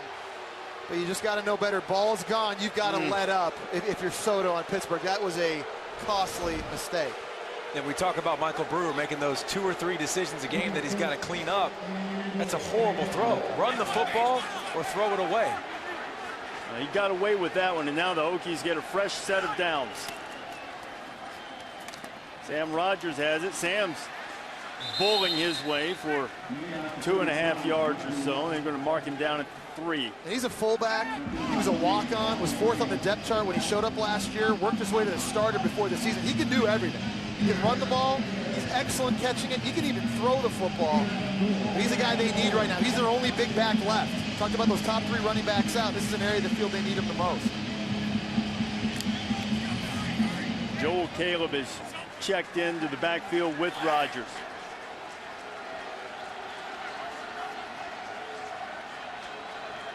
Bucky Hodges resets to the right. Brewer's rolling that way. Brewer, wise decision, throws it into the 3rd row, 3rd down and goal. And that's what he should have done on the last rollout when he had an opportunity. It's okay. Don't try to fit one in there. The offense has struggled. You're in field goal position. Don't take 3 off the board. Beamer wants to make sure you get some points out of this, out of the Corey Marshall interception. And you're right, David, you can't take the 3 off the board, but boy, how nice would it be from Virginia Tech's standpoint if they could turn this into a touchdown and go to the locker room with some serious momentum after what has been an anemic first half offensively. 3rd and goal. What about Bucky Hodges, big tight end right here in the slot, crazy athleticism and size. Flags fly. Ford caught it in the end zone, but no play.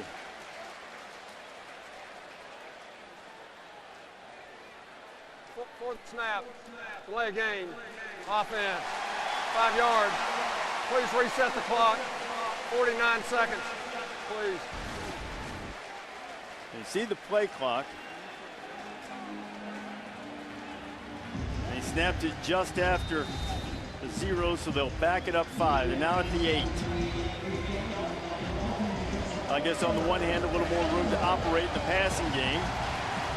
Probably takes away the threat anyway of the run. Probably wasn't a great threat outside of a quarterback run, but now expect the Hokies to throw it, and there is an awkward start again. And the Hokies may have to back up 5 more. Start. Defensive line. 5 yards. Still 3rd down. You got 3 timeouts. My goodness, you might as well call a timeout and focus the guys. You got 2 timeouts. Might as well use 1 and focus these guys, because right now this is just really bad. They were on the doorstep, David. Now they've backed up. Depending on the yardage gained here, they're looking at a 30-yard field goal. It's obviously eminently makeable, but they were at extra point distance just a couple of seconds ago. 3rd and goal.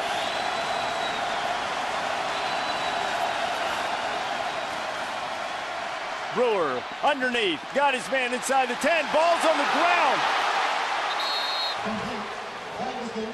And David Wang at the left guard runs all the way down the field. And Wang got it back whether Cam Phillips was down or not. He was trying to make a move and get in the end zone. And you watch this didn't again. Quite bring his feet with him. Yeah, it looks like he was down. Watch his left elbow. Speeder slipping out from underneath him. That elbow, that forearm touches. And that's where the ball's down. Well, I mean, that's part of you backing yourself up with penalties over and over. That's fine. When you're Pittsburgh, you want them to throw it underneath like that and just tackle them and give up 3. That's fine. That's why you can't commit those self-inflicted wounds. So Virginia Tech will wind it down, use a timeout right before the first half expires, and line up for the field goal. So if the Hokies knock this field goal through, it's a 1-possession game, 8-point deficit. You go to the locker room with 6 rushing yards and 4 first downs. You're only down 8, and you have a little momentum. You have to think, hey, look, it could certainly be worse given the way the offense played in the first half.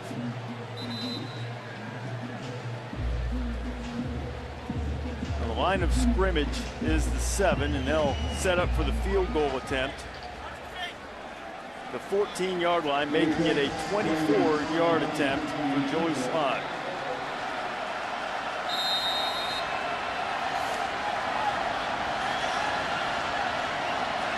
Final play of the half. Kick is on the way, and the kick is good. And Virginia Tech salvages a field goal. What was a golden opportunity to get a touchdown on the board, but the Hokies will have it first to start the second half, and one would suppose that a lot of halftime adjustments are on the way for the Hokie offense. AT&T brings us inside the headset as we head down to the field with Samantha Ponder.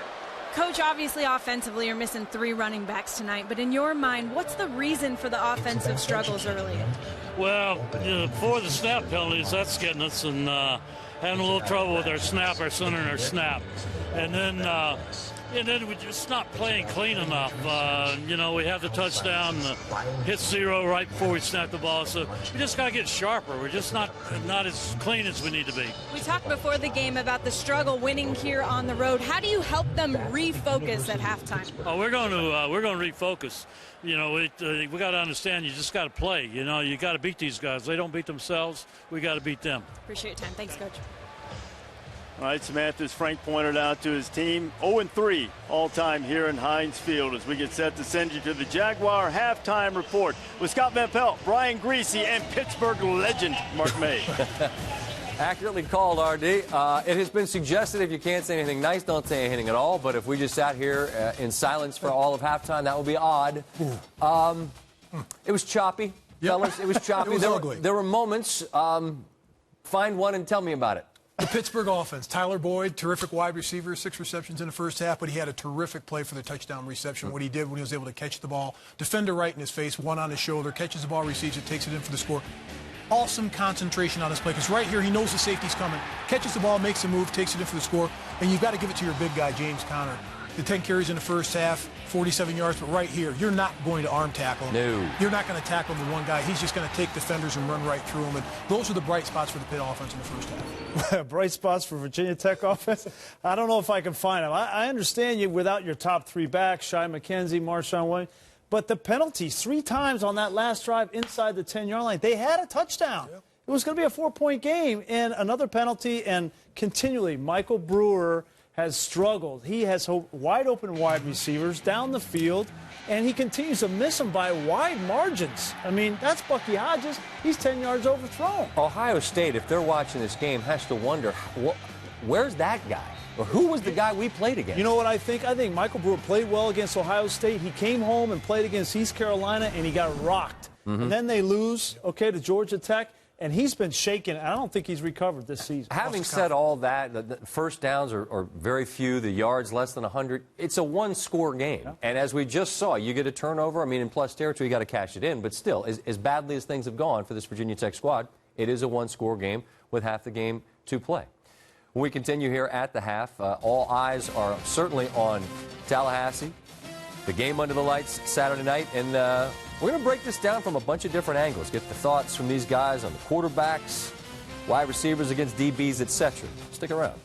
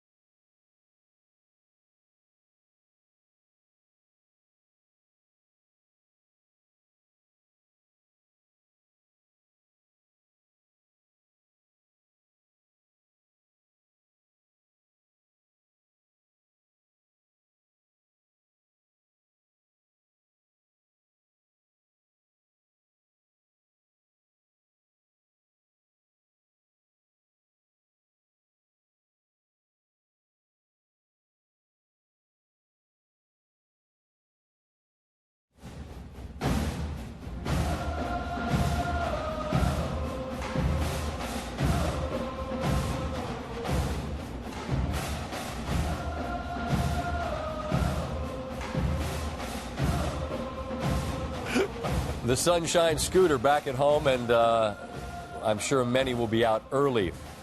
Even though it's a night kick, game day gets you started from Tallahassee in advance of Notre Dame and Florida State. Your Dr. Pepper Conference showdown. Brian Kelly and Notre Dame take to the road. Plenty on the table. Liked our guys' focus and preparation. They're excited about the challenge and the opportunity, and this is why they've come to Notre Dame, is to play these kinds of games that have relevance and are on the national stage. So, as you can imagine, they've been locked in and focused and excited all week, just as our coaches are as well.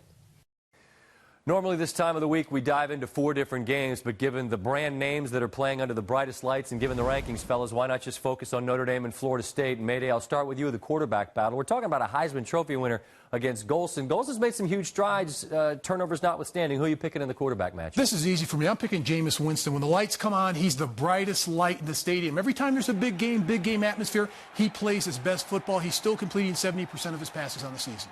Well, he's got a lot going on off the field. I know he's played well, but Everett Golson, like it or not, yes, 9 turnovers in the last 3 games. It's a lot. 5 fumbles, though, Mayday. And when you run the ball 58 times, you're going to have some fumbles, but he had 16 touchdowns and only 4 interceptions, and he's 70% of his Notre Dame offense. Wow, a lot's going to be on number 5 shoulders, certainly on Saturday night. All right, the Florida State offensive line, certainly a strength, but some vulnerability, perhaps, given somebody that's out against the pressure of Notre Dame. Who do you like here? Do you have to ask? The question's about offensive line. Florida State offensive line. Out of the 14 sacks they've given up on the season, only 9 have come against Jameis Winston because he's very athletic and getting rid of the football. Now they've got Delvin Cook, another dimension on the offense that's running the ball. That freshman running back had over 120 yards rushing last week. I love the offensive line, except for the center. No Brian Stork. He's snapping for Tom Brady. No Austin Barron. He's hurt. Do you know who their third guy is? His name's Ryan Hofield. He's a redshirt freshman.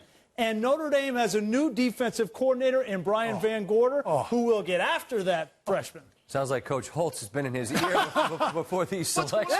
They're just giving you a preview of what you're in for on Saturday night. Just warming you up. All right, the playmakers on the edge for Notre Dame against Florida State defensive backs. We know that some turnover as the guys have moved on to the NFL, but Florida State's got next man up. A lot of talent back there. Who do you like here? Safety Nate Andrews, 2 interceptions on the season. He'll get maybe 2 in this game. Very athletic. This is the most athletic secondary and athletic defense that Notre Dame will face this season. They did face Stanford, but this is the most athletic defense that they will face. You know, 2 of the best corners in all of college football play for Florida State, Ron Darby and P.J. Williams. I agree with you. Florida State is solid on the secondary. All right, we've got 2 men that have each coached for a title. Jimbo won it, obviously, last year. The coaching edge goes to? This is a tough one because both coaches are great coaches. I respect both coaches a lot. But Jimbo has the brass ring. Got to go. Defending national champs, Florida State, that's an easy one.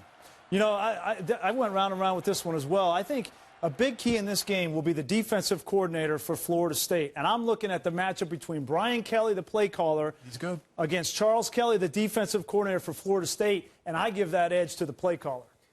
I don't know if we're making a pick here, but I mean, I think I can add it up. It's all Florida State there. Should I infer from this you're picking Notre Dame to win the game? I don't know. Home team advantage. I kind of like Notre Dame. I do like Notre Dame. All right. Back with more after this. This halftime report is presented by Jaguar. Plan your escape.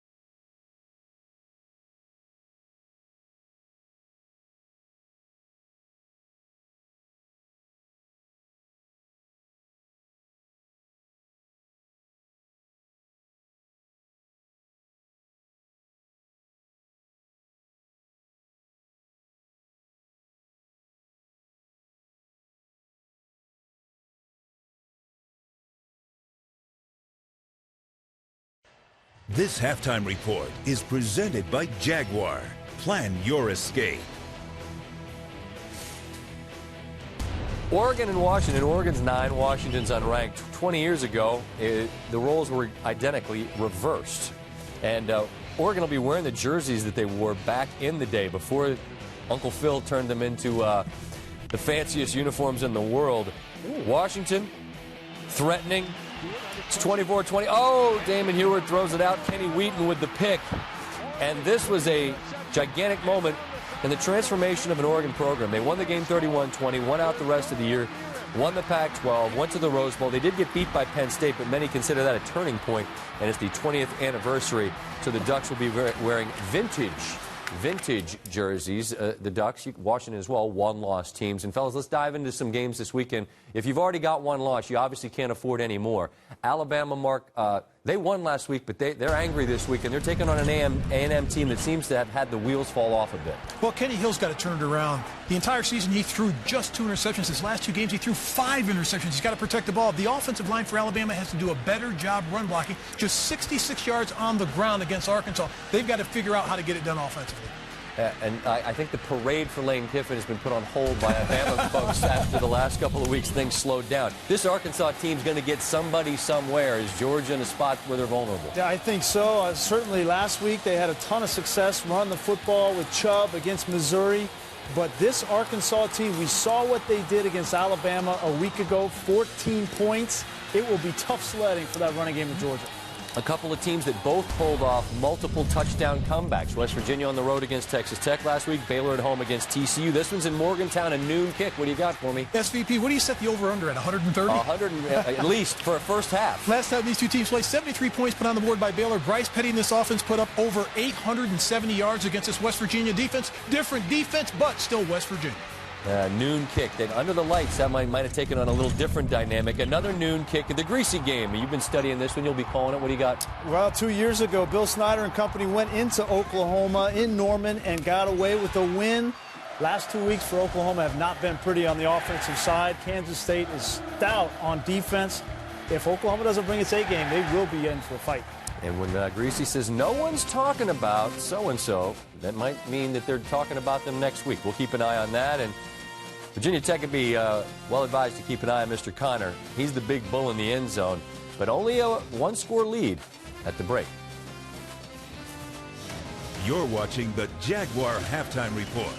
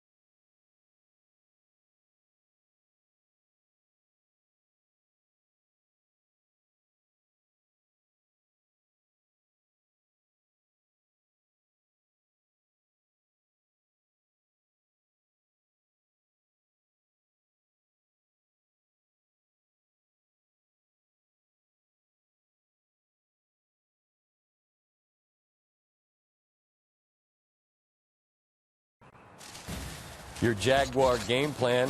I know Tyler Boyd would be happy if it included a bit more of a look his way. He's a playmaker here. Chad Voidick finds him. Safety took a bit of a dodgy angle. That got Boyd into the end zone, and Pittsburgh has the lead as we get set for the second half.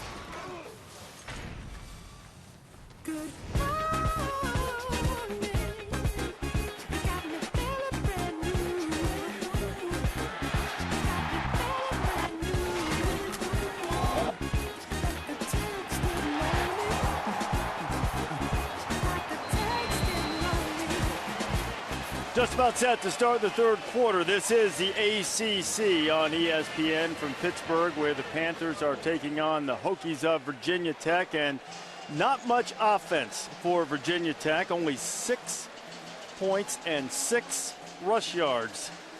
Pitt didn't have a lot of success either necessarily. Lost a lot in sacks, but a 14-6 lead for the Panthers as we look at the Home Depot coaching adjustment. There's a lot to clean up at halftime for Virginia Tech on offense. You mentioned the struggles running the football. This is a huge turnover on a fumble by Coleman, led to a touchdown for Pittsburgh. And quarterback Michael Brewer has never been able to get into a rhythm. He's been wildly inaccurate, missing throws that he normally would make, putting this offense behind the stick.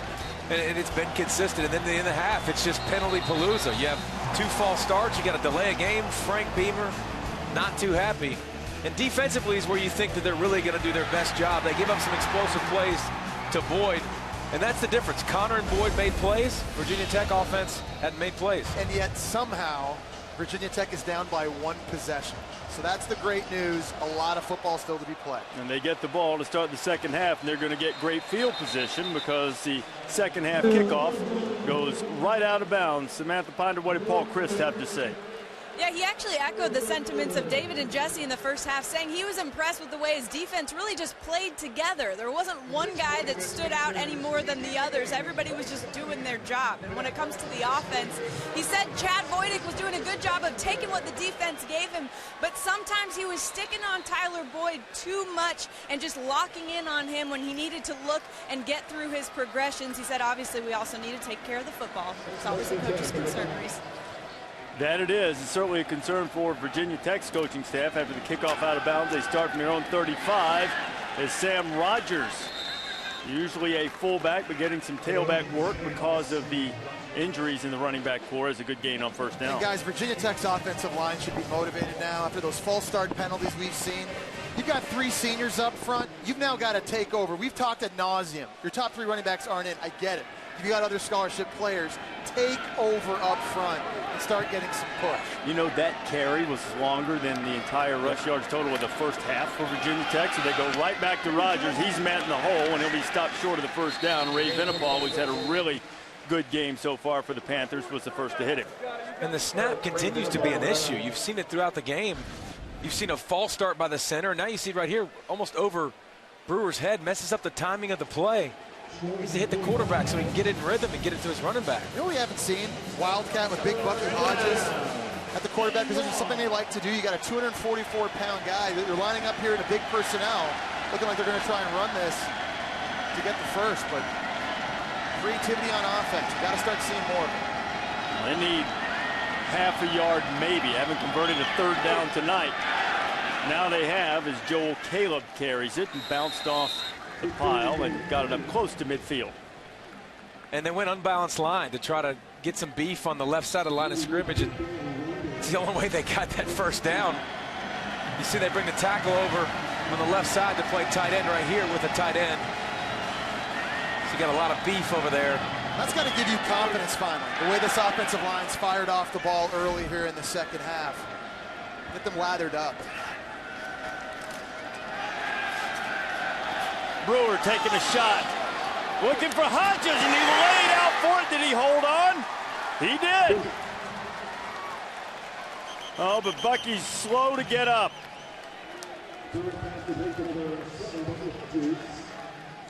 Virginia Tech fans holding their breath right now, as it appears Bucky Hodges might be doing as well after making this phenomenal catch. We talked about how athletic this guy is. At 6'6", 244 pounds, and the speed he's got. You take a look at this and make sure he actually did indeed make that catch. He got 2 hands on it, brought it into his belly. See if the ground helped him or if he had pure possession of this control. I think he had it. You know, if this play stands up, look, that'll be the longest pass play of the season for Virginia Tech, 41 yards. Does that hit the ground? Yeah, so you got to kind of look at it. When you showed it from the back angle, you could see it was moving a little bit. But you can't tell because of the way he cradled his arms whether it hit the ground initially. But you talked about him. I'm a huge fan, David. I think he's the first tight end picked in 2 years. I think he's got Jimmy Graham stuff in him. I mean, he shows you some of that right here. A guy that big, only a freshman with wheels. Take a look at it. Oof. Doug Rhodes, the ACC coordinator of officiating, is here. Doug, as Bucky Hodges laid out for that catch, what do you see? Well, from the views we have here, this is a catch. He controls the ball. He brings it in. When going to the ground, he has a continuous and complete control of the ball. We don't see a view that says otherwise. Even though the ball may touch the ground, it's still okay as long as he's fully controlled it. This view that you're seeing right now is exactly what the replay officials are looking at. It's a live feed. This is part of a program where the officials in the replay booth in the ACC are having a few extra views that they can look at quickly to try to avoid unnecessary delays. But this is such a big play. As I mentioned to one of the plays earlier in the half, they are taking some time to have a look at guys, it. And when I look at that view there, it almost looked like the ball was kind of in between his forearms. And when I see that view, that made me think maybe the ground helped him catch that. Well, and that is the essence of determining that. In other words, I'll let him make the announcement there. Okay, so the announcement was just made that the ruling on the field will stand. What about the way Hodges got open? Well, Jesse talked about his athleticism. Remember all the short passes in the first half. That sets it up. You see Bucky right here runs a little out, and then he turns it up. That's a tight end, man. And Brewer lays it out there for him. In the red zone again. Last time it was just all self-inflicted wounds down here. Tremendous scoring opportunity for Virginia Tech on its opening drive of the second half. Caleb Finding a little running room, knocked down by Venipal at about the 5. Yeah, this offensive line's starting to wake up now. They're starting to get a little bit more push, starting to get a feel, and that's huge for Virginia Tech on offense, to have some balance and establish that, because success running the ball will lead to play-action passing opportunities, and that was obviously not a threat in the first half because they couldn't run it. Now Hodges back into the game. Just had the wind knocked out of him.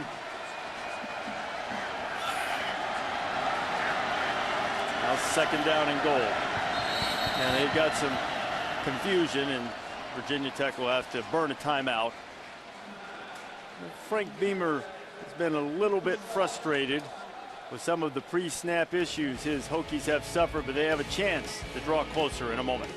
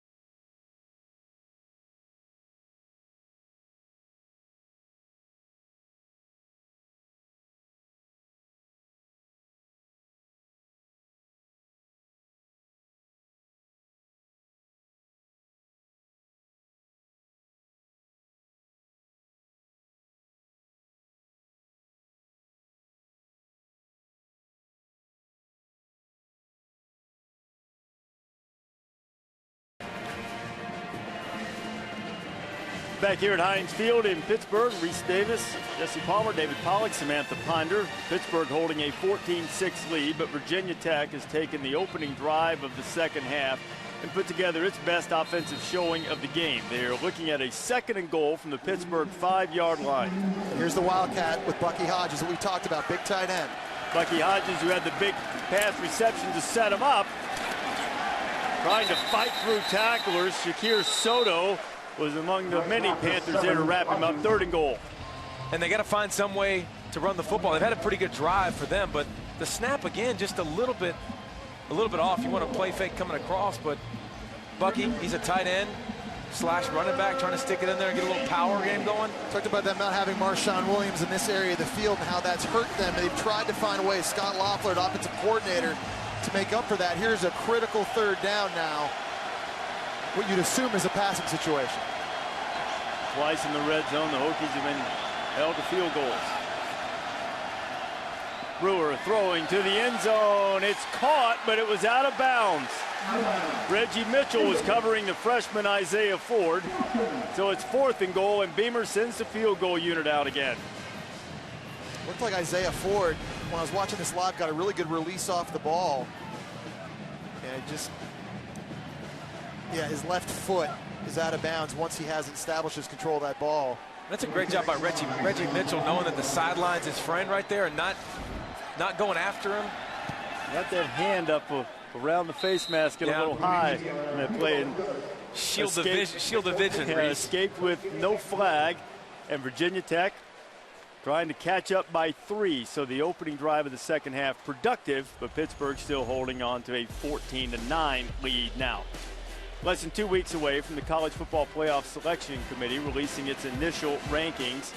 Our Thursday night primetime committee, the 4 of us, we're in one accord right now with Mississippi State, number 1, Ole Miss second, Florida State and Baylor, the 4 teams who are in. Teams just outside of that, Notre Dame and Auburn and Fighting Irish can take care of their own business if they can beat Florida State on Saturday night on ABC. And David, you and I went through the mock selection process this week and how the College Football Playoff Selection Committee will actually work. Did it give you any insight into how you make your judgments about teams when we do this on Thursday night? I think it's going to give you insight that there is no right answer. I think that's what we all figured out, because I think everybody values different things, whether it be conference championship, margin of victory, strength of schedule. But everybody can sell you on whatever they want, and these teams are so close right now, and especially because we're looking towards a lot of 2-loss teams and a lot of teams with at least 1 loss. You know, hopefully, because now we're kind of in the meat of conference play, these common opponents, that'll start kind of playing into it as well when trying to compare these teams. Short kickoff return just out short of the 30-yard line. That was Chris Wiesner who got it. Let's take a look at tonight's college football rankings brought to you by AT&T and how this week's AP Top 10 compares with the preseason. Mississippi State has zoomed to the top spot in the country. First time the Bulldogs have ever been ranked number 1, and also the quickest ascension from unranked to number 1 in the history of the poll, which started in 1936. And the 4 teams in the top 4, albeit in a little different order, are the 4 teams that we have in the playoff. Which team among those 4 that we have in, Jesse, are you not as sold on as the others? I think it's Baylor, and I think my big reason is defense. At some point, you got to see them play championship caliber defense. And I know TCU puts up a lot of points on a lot of people, and they beat Oklahoma, and that's great. But we heard Art Briles, the head coach, talk a lot about that defensive line at the start of the year. Now they were going to be one of the best units in the country, and obviously Jamal Palmer out of defensive end for the season. That hurts, but you know, for you to really believe that is a playoff caliber team and a team that could win the Big 12 championship, I got to see more from them on the defensive side. I agree with that, but I think this is one of those years where there is no dominant team.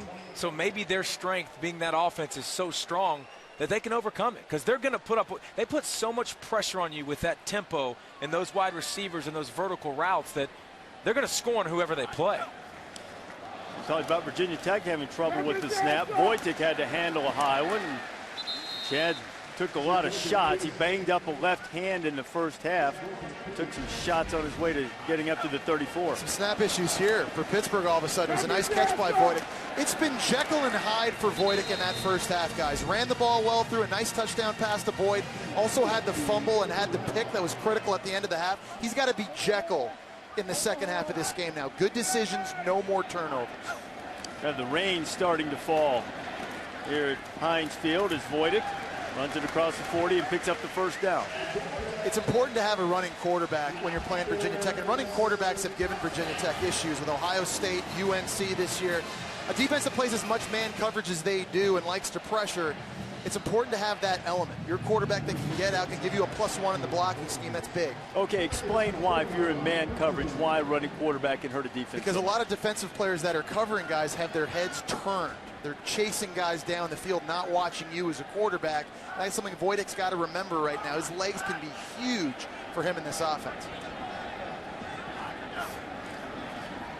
Shovel pass. Connor has some running room, and boy, he would have had a whole lot more if not for a saving tackle from Chase Williams, the 5th-year senior who is their leading tackler on run plays, but he made a big play on the little shovel pass. Great play by him, because he sees it, and watch him engage the blocker that comes up to him.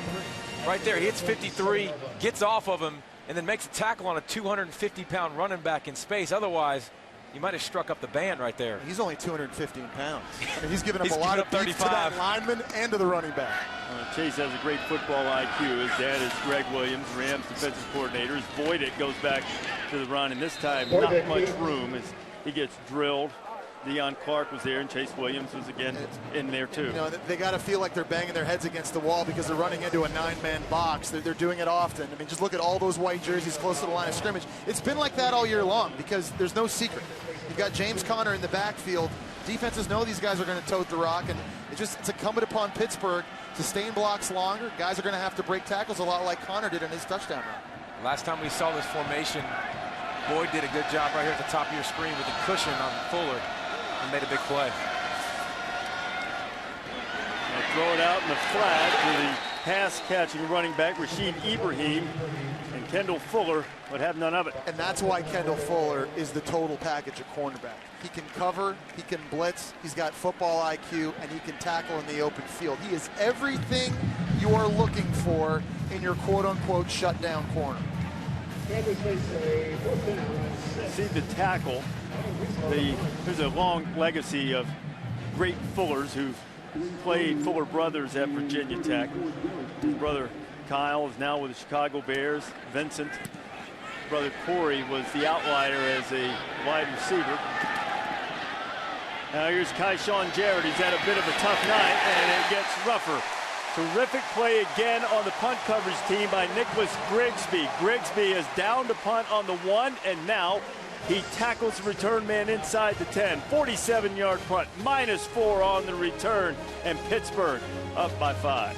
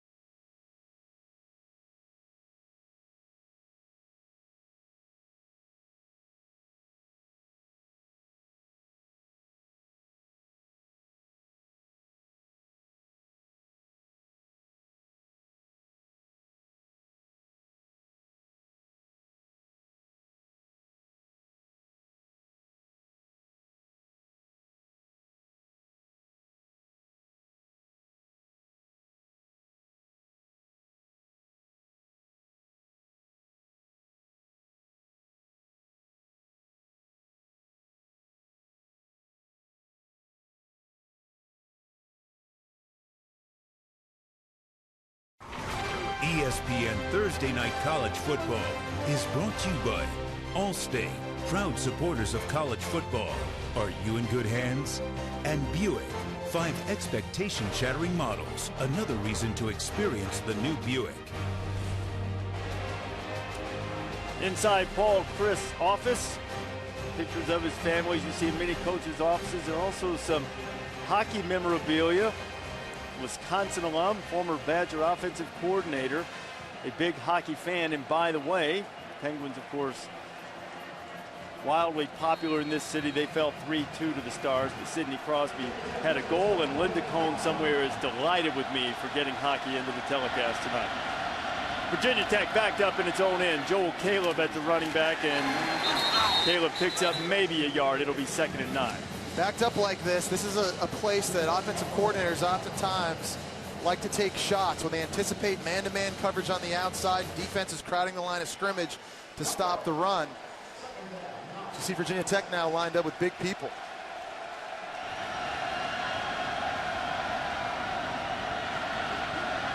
Benapal coming on the blitz. Brewer gets rid of it. Rogers has it. He's greeted short of the 10-yard line. Todd Thomas makes the tackle. They had a shot play dialed up right now. There, they had Bucky Hodges, the tight end, in motion going outside, running a go route, with the pressure from Benapal at safety coming off the edge. Forced Brewer to check that football down. It was a good decision by Brewer. Nice job by the defense. Again, taking away the explosive plays. The rain starting to fall a little bit harder here at the confluence. Boy, Virginia Tech only 1 of 9 on 3rd down tonight. They had been terrific, nearly 50% on the season before tonight. Brewer from his end zone steps across the goal line, and he's going to be dragged down right at the 10-yard line, and it'll be another punting situation for the Hokies. K.K. Mosley Smith, Darrell Render. And you're going to watch him right over the center, and watch what he does to the left guard. David Wang just walks him all the way back to the quarterback and then comes underneath and gets the big sack. Otherwise, Michael Brewer had some room where he could have ran with that football, but Pitt's D suffocating still in the second half. 6-3 and out. A.J. Hughes takes the snap and kicks it right from his goal line. It's a low one that Tyler Boyd dropped, and Tyler jumped on top of it after signaling for the fair catch, and Panthers will have it at their own 47-yard line. Well, the NASCAR Sprint Cup Series is at Talladega. Coverage will start on ESPN Sunday, 1 o'clock Eastern Time. You can see the race on Watch ESPN. This is the last race of the contender round. 12 drivers battling for 8 spots to advance. The Geico 500 at Talladega, that's Sunday afternoon on ESPN. So the stats starting to even up a little bit. Virginia Tech had the drive for the field goal earlier in the quarter, but Pitt with good field position, and they give it to the freshman Chris James, who gets out close to midfield. Chase Williams, middle linebacker for Virginia Tech. He's on the ground right now, hurt. We talked about his significance to this defense. He's a big-time pass rusher that gets involved in a lot of the pressure schemes from defensive coordinator Bud Foster. Very, very active, and a guy that certainly Virginia Tech cannot afford to miss. Well, this Hokie team has just had horrible injury luck this year. Talked a lot about the running backs tonight. Mentioned Luther Maddie a couple of times, and well, you never like it when they're checking out the knees. What they're looking at with Chase Williams. And he's really played well tonight, particularly in this third quarter. Here's what happened to Chase as he was trying to make the tackle on James. He gets twisted up right there. That right knee's planted, and he's got an offensive lineman drive him the other way. Chase with a little assistance to get off the field. 5 tackles tonight. Been very active in this Bud Foster defense. And none bigger than that shovel pass tackle last series where Connor could have scored on it. So checking into the game for Chase Williams now is Andrew okay, let me try this again. Matua Puwaka. I had it all down in the pregame, too. I practiced that for quite some time. Matua Puwaka has had a fumble return for a touchdown this year. Freshman did so against Western Michigan.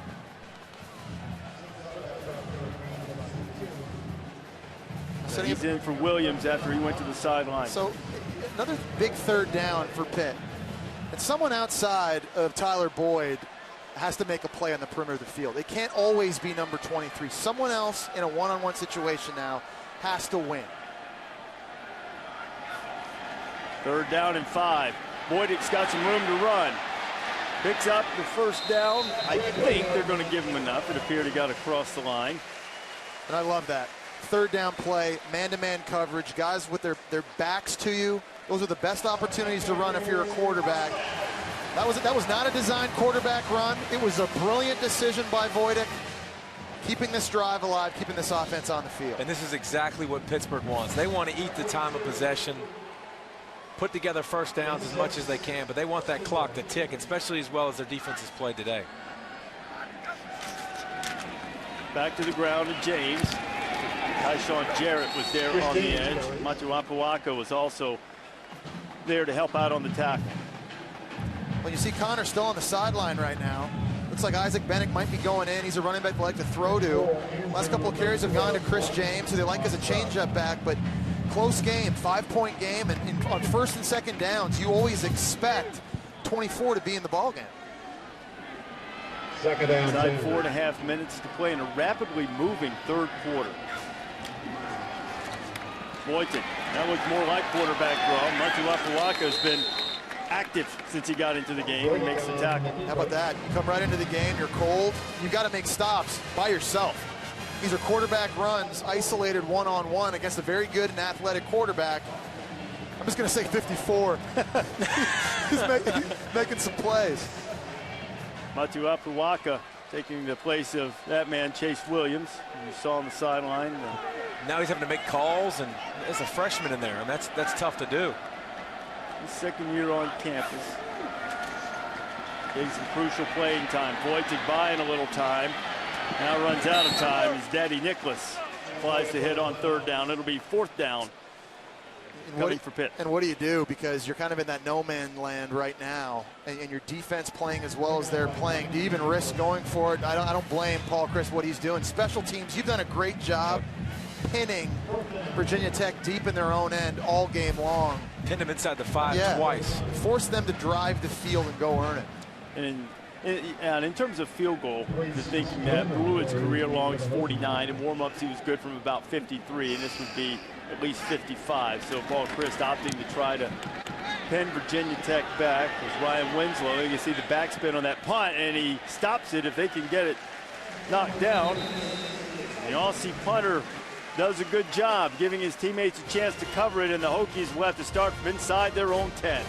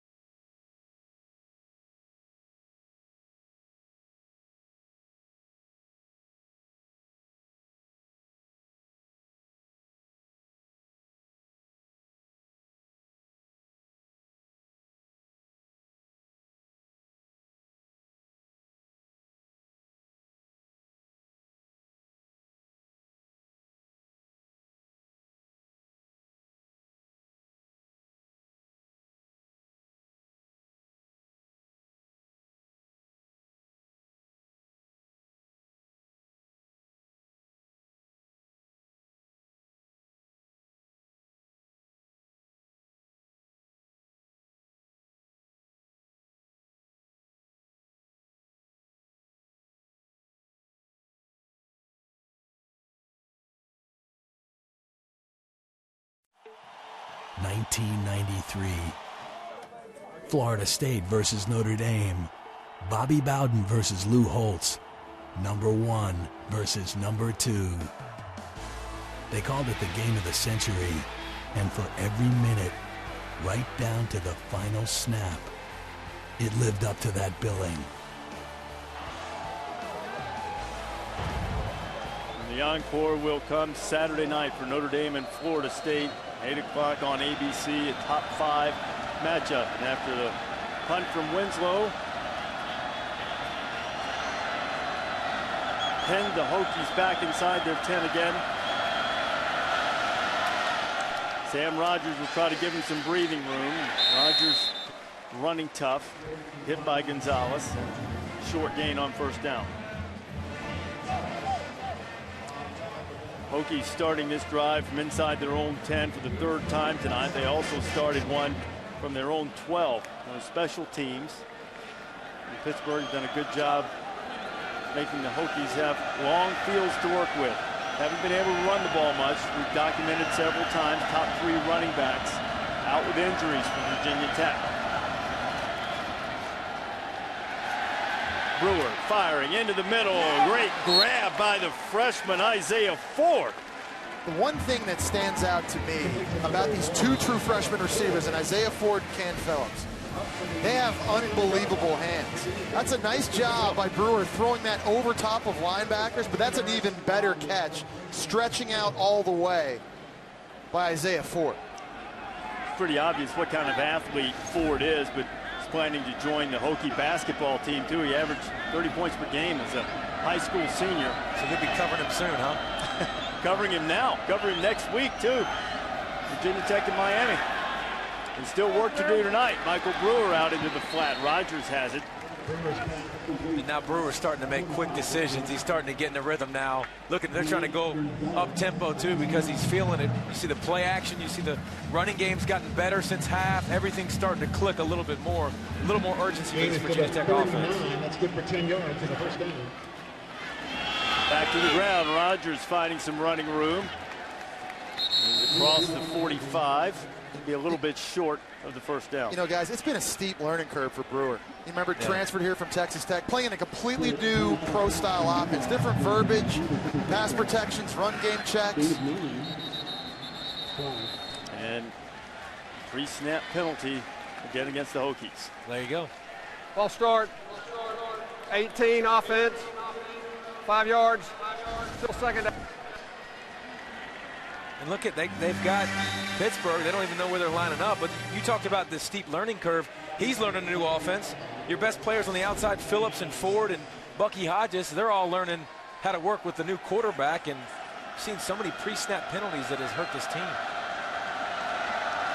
Newsom's coming in motion. Another flag flies. Brewer getting some heat, gets away from it. Now flips it out in the flat to Newsom.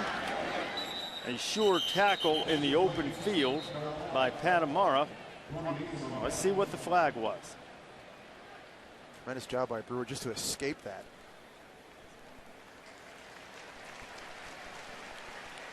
Pre-snap infractions are just vexing Virginia Tech. Yeah, vexing Frank Beamer also. Illegal shift.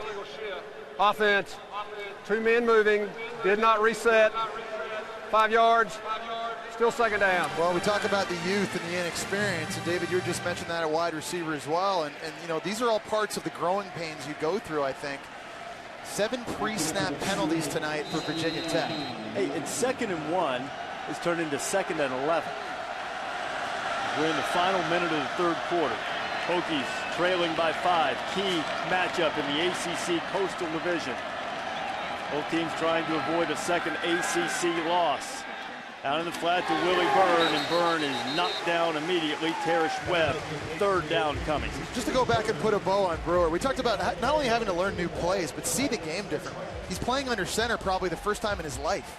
Yeah, he didn't do it in high school, didn't do it in college at Texas Tech. You're playing with tight ends and fullbacks on the field, so you're seeing a condensed defense versus one that's spread out all the time. And he's got to do it on the fly, guys. He only showed up at Virginia Tech late May.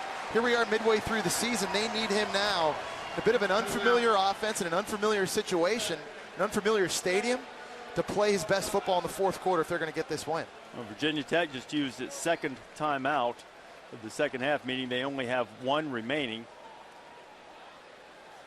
And Brewer, Scott Loeffler told us earlier this week that the run checks were the toughest thing for him, but he's got some gamesmanship to him for sure. No, he does, and he got off to a cold start in this game. Missed some throws that he easily should have hit.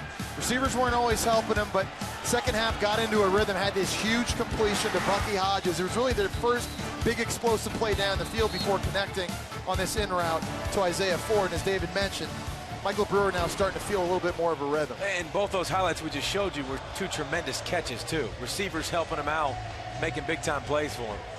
Now, you might be wondering why the timeout was called, and maybe they could have just let the quarter expire, but I checked just as the play clock reset, and I think that they were going to be forced to snap it before the end, so there was some type of problem. And now they're having a problem with the right personnel on the field as Sam Rogers ran off the field late.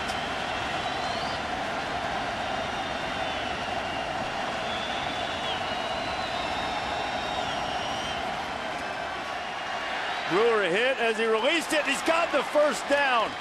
Fired a strike to Ryan Mellick, and boy, Brewer stood in there and delivered the football and took a hit from David Durham. Guys, guess who made an appearance on defense?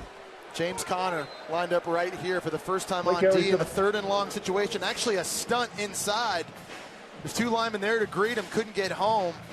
Knew he was going to play on both sides of the ball. We hadn't seen him get a carry in the 3rd quarter offensively. You're wondering maybe if they were trying to save him for a critical situation. We will likely see a good bit of Conner in the 4th quarter. Virginia Tech will start the period in Pittsburgh territory and hoping to drive for the lead. 4th quarter from Heinz Field coming up.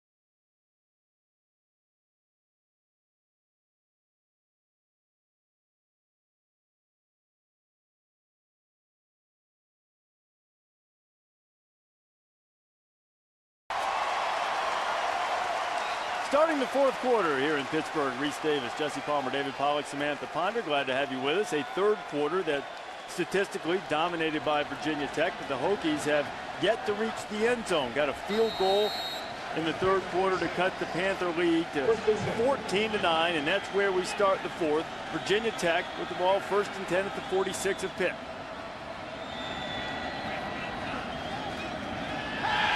Michael Brewer taking a shot.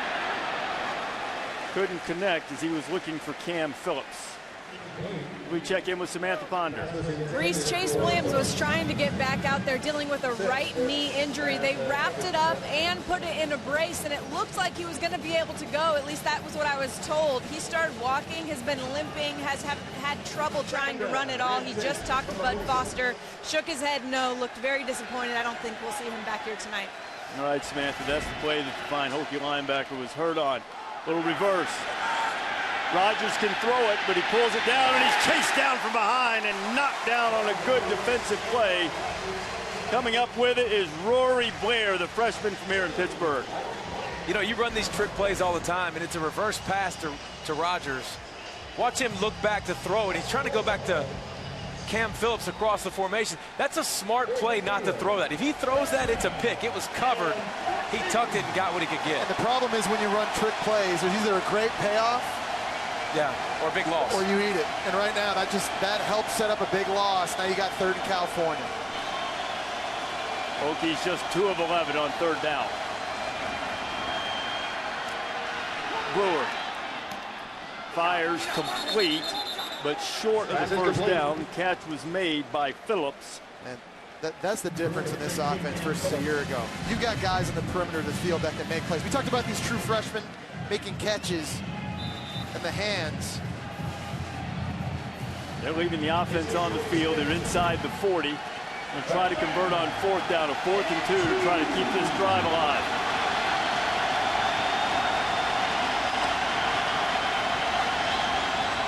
Brewer, the half roll out into the flat, and he threw it behind Willie Byrd, and the Panthers hold.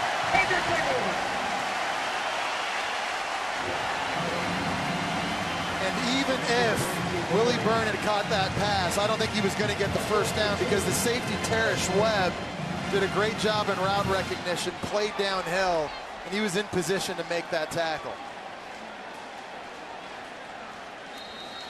Well, you turn it over on downs.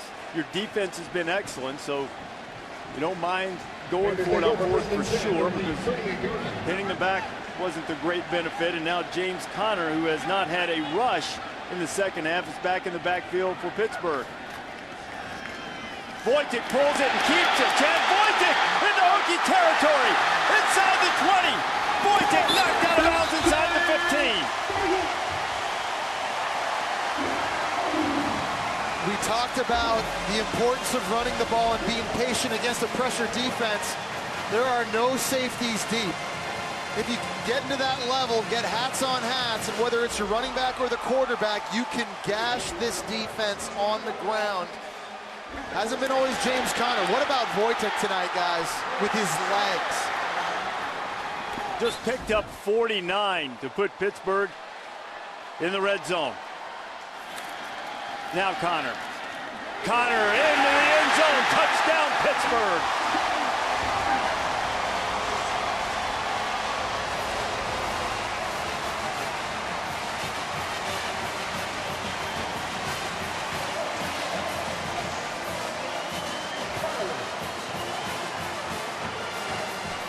There's 13 minutes and 7 seconds to go, but the Heinz Field nightmare is starting to unfold for the right Hokies. Guard, TJ Clemens. Watch what he does to Daddy Nicholas. Just throws him out of the way. And then a great job, Conner, making Jarrett miss in the hole. 3 touchdowns tonight. Jarrett's missed on all 3 of them. Well, Conner hasn't carried the ball a lot in the 2nd half. In fact, he had a shovel pass completion, the 1 rush you saw, 13-yard touchdown. His last 2 rushes have been for scores, but that was set up by the big run from Voitek, 49 yards, then the 13-yarder from Conner. Pittsburgh's up.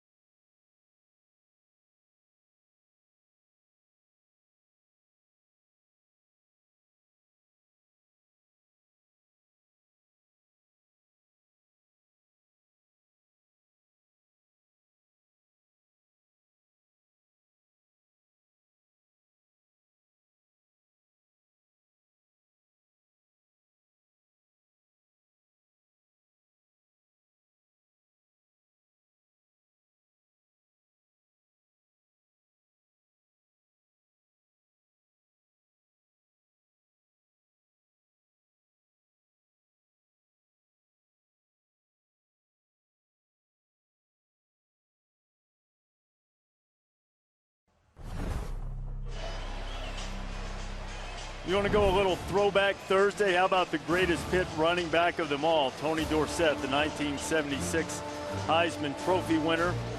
Electrified this entire city, leading the Panthers to the national championship.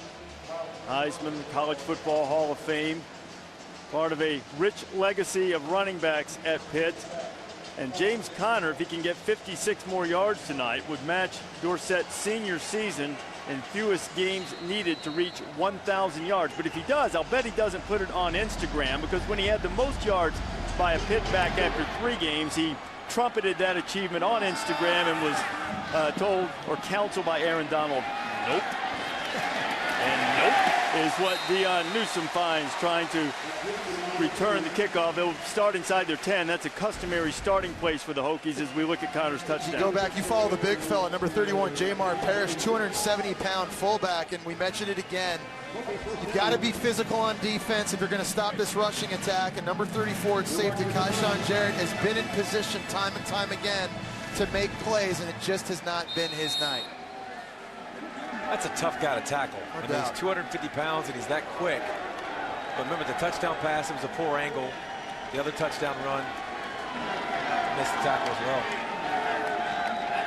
Guys, this is the 4th time tonight the Hokies have started drive inside their own 10. That is a very nice catch by Bucky Hodges on a ball thrown behind it. The difference in this offense, playmakers outside. They're young, Isaiah Ford, Cam Phillips, Bucky Hodges, all freshmen. But that's something Logan Thomas did not have over the last 2 years. And I'd way rather be talented and young than experienced and average. And this offense, next year especially, when all these guys are second-year players, watch out. Virginia Tech expecting that this team is going to blossom and be the type of team we're accustomed to seeing about a year from now, as Joel Caleb is knocked down immediately. Yet another 3rd down about to face the Hokies, and another Hokie is down. That is Augie Conti, who will be checked on. Here are the true freshmen who have contributed. Actually, that made a little mistake there. Edmonds is not a true freshman. I think we're thinking of Shai McKenzie, who is a 200-pound freshman from the state of Pennsylvania who blew out an ACL. But Marshawn Williams has proven to be their best back. They hope to get him back next week against Miami. You see the big right guard working his way to the sideline. But the receivers, the young guys, given Frank Beamer some threats on the outside that can take the top off, but they've not been able to take advantage of that very often tonight. 3rd down and 3. Virginia Tech would really use a 1st down here.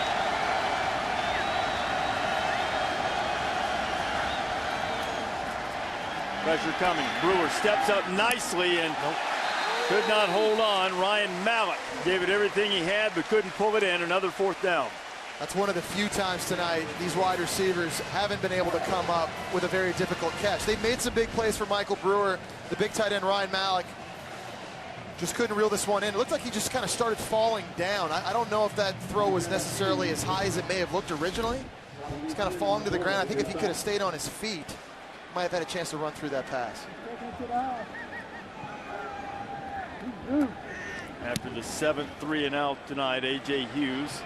It's a punt that gets over Boyd's head. Bounces out of bounds. And with 11:52 to go, Pittsburgh trying to stop a 3-game losing streak, up 21-9.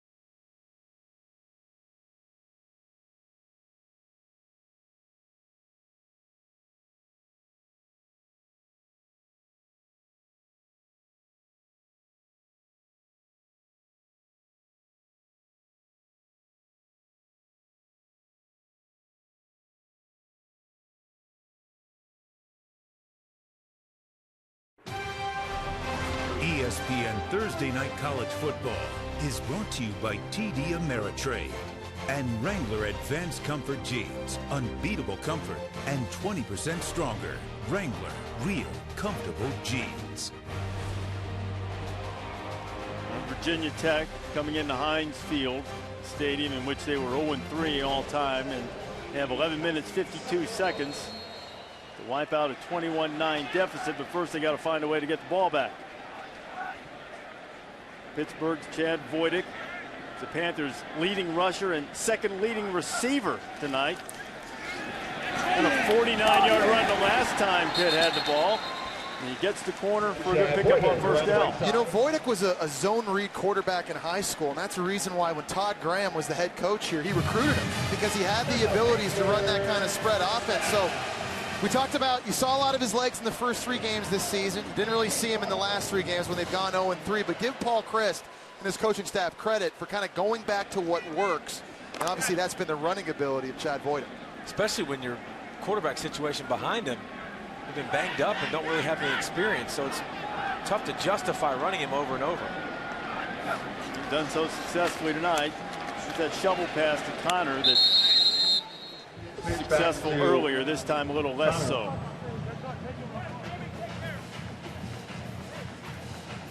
Connor picked up 3. You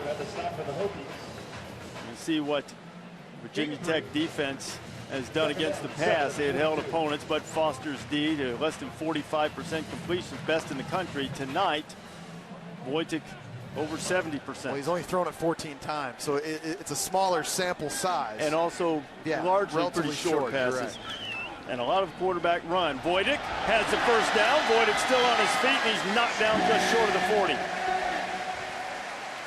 This Pittsburgh offense with Paul Chryst likes power play runs, attitude runs, pulling linemen. It doesn't matter if it's James Conner or if it's Chad Voidick. They get these extra big bodies up at the point of attack, setting that beef. Dave, you mentioned it earlier. It's not a big Virginia Tech defense. No. And right now, you know, that beef up front for Pittsburgh, that's demonstrating itself in the running game.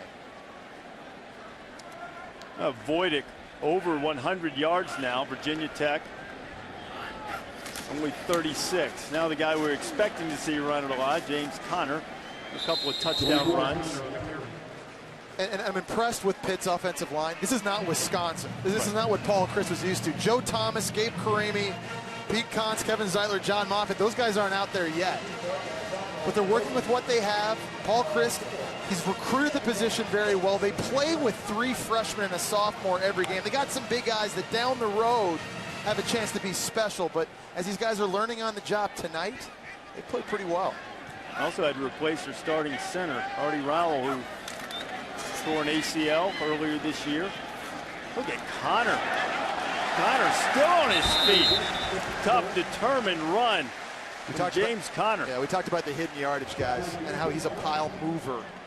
And that shows up fourth quarter late in games when you're trying to wear a defense down. This is demoralizing if you're Virginia Tech on defense, a play like this. And look at the offensive line continuing to push. He does his job. And you know what? Voidick's kind of taking the onus off of him too. He hadn't had to do all the damage. Now he gets to, he's got fresh legs. He can pound in there too. They got a duo going. You're going to measure to see if Conner picked up enough for the first down. Stretch out the chain, and he's going to be about the length of the latch, short. Take a shot here. Keep it on the ground. Well, the clock's your friend. You don't want a negative play. Panthers take 3rd down. Ordinarily, I'd be right there with you, quarterback, but in this situation, your defense is playing lights out. I think I give it to 24. And the way your offensive line's been playing here recently as well. Got that big 270-pound fullback, 31, Jamar Parrish. Go right behind him. 24 gets it. Conner into the secondary, into the red zone, inside the 15. James Conner. So with this rushing offense, it's almost like you have an extra offensive lineman in the backfield with Parrish. Just look at big 31 lead the way here. Take you to daylight, get a smaller body that you're blocking on, and all of a sudden, a lot of these tackles that Virginia Tech was making earlier close to the line of scrimmage, those are being broken by number 24. And Matuapuwaka had a shot at him. Couldn't get Connor on the ground. You get an attaboy and a sticker on your helmet for that. Connor. He got him this time. Well, he made the first hit. He slowed him down enough to let a host of Hokies get there. But now it is urgent for Virginia Tech to turn this into a field goal attempt and keep it at a 15-point game. A touchdown here would be devastating. James Conner comes out of the game now. He's gotten a couple carries, getting a blow from Chris James. Substitution. It was a nice change of pace back for them. A true freshman with a little bit more speed that gives a different dynamic to this offense. Tech more outside with him, more zones. James runs it. There's a flag down. That's a 21st play. Pitt is running the second half, as you saw a moment ago. It's been heavily run. They've run it now 18 times. But this one may be wiped off by penalty. Illegal formation. Offense. 5 men in the backfield. 5 yards. Still second down. Pitt's going to back up 5. James Conner, 86 yards, the vast majority of them, 63 to be precise, coming after somebody hit him. And the numbers are misleading. I mean, people will watch this game and say, well, if he's one of the best running backs in the country, why doesn't he have a $150 on the ground? The way he's been earning his yards is what's been the most impressive, and that's the kind of running back he is. How about the Pitt running back spot just in particular? I mean, they just find guys that just pump out amazing production. Boydick has time, loops it to the end zone, and it goes through the hands of Manasseh Gardner. Kendall Fuller was there. This defense makes you earn it as a quarterback. They're going to send pressure, hit your quarterback in the mouth, and if you can complete a throw deep down the field against very good coverage by one of the best corners in the country, small windows, then good for you. That's great coverage by Fuller, and again, guys, that's a big reason why. Opposing quarterbacks, as we mentioned, they only complete 45% of their throws normally against this unit. You guys talked, you wanted the shot on 3rd and short. That was a good shot play. They had an opportunity. Boydick didn't throw a bad pass either. I mean, that was a catchable ball. Fuller made a great play, but wanted to go for the win, not for the give Virginia Tech a chance to hang in there. Boydick taking another shot, and that was almost intercepted. He's very fortunate it wasn't. Getting a hand on the ball, Chuck Clark, he couldn't pull it in, so Pittsburgh is very fortunate to have the opportunity to try a field goal after that one. Well, Chris Blewett came into this game as only one of 7 kickers in the Football Bowl subdivision to have not missed yet this year. They've been very good in the kicking game. As you see, he's 9 for 9 on the season. Big kick right here for Pitt. Dating back to last year, he's made his last 11. This one from 38. Blewett did. Missed it. And so Frank Beamer's team with under 7.5 to go, still only down by 12.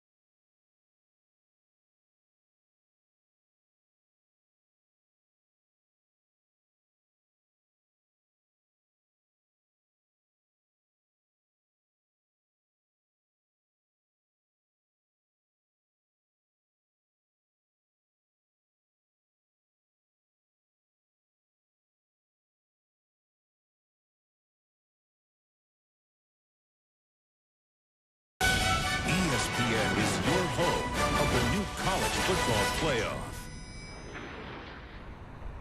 Couple of one-loss teams hoping to get in the mix of this inaugural college football playoff. Kansas State and Oklahoma will start the day noon Eastern time. That's 11 in Norman as the Wildcats take on the Sooners, both hoping to take another step toward who's in. Virginia Tech getting the ball back after the missed field goal, which after we watched some replays, Daddy Nicholas did appear to get a hand on it. This will be the first block of the year for Beamer ball. Michael Brewer is chased out and has to get rid of it. Let's take a look at this play that Nicholas made. And he comes right off the edge and it beats the guy right off the bat. Bad blocking up front. He's 6'4", long arms, reaches his arms up there and gets a mitt on it. Beamer said, yeah. Beamer ball. You know, we talked a little bit about this. It's so hard to block punts these days with the rugby-style punts and the shield formations that you don't see the Hokies block as many punts as you used to, but still sound in the special teams and making a big play there as Brewer tries to get a little drive going.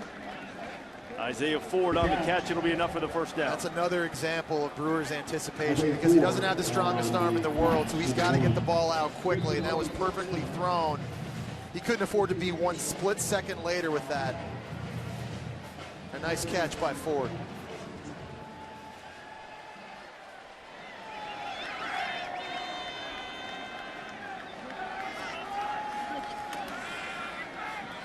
Brewer reloads, and he's just going to flip it into the Hokie bench. Second down and 10. You give Brewer a lot of credit for the leadership. We talked about how he shows up in May. He's a transfer. He doesn't talk a lot.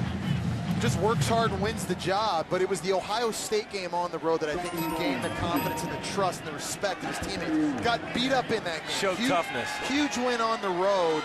And they need him now to show tremendous leadership here in this fourth quarter. Second down and 10. Brewer to the outside. Phillips has it. Phillips across the 40. He's knocked down and appears to have enough of the first down. Now, this is an important drive. Well, any drive's important when you're down by 2 possessions in the fourth quarter. But Virginia Tech burned a couple of timeouts in the third quarter. So they're not going to be able to stop the clock as often.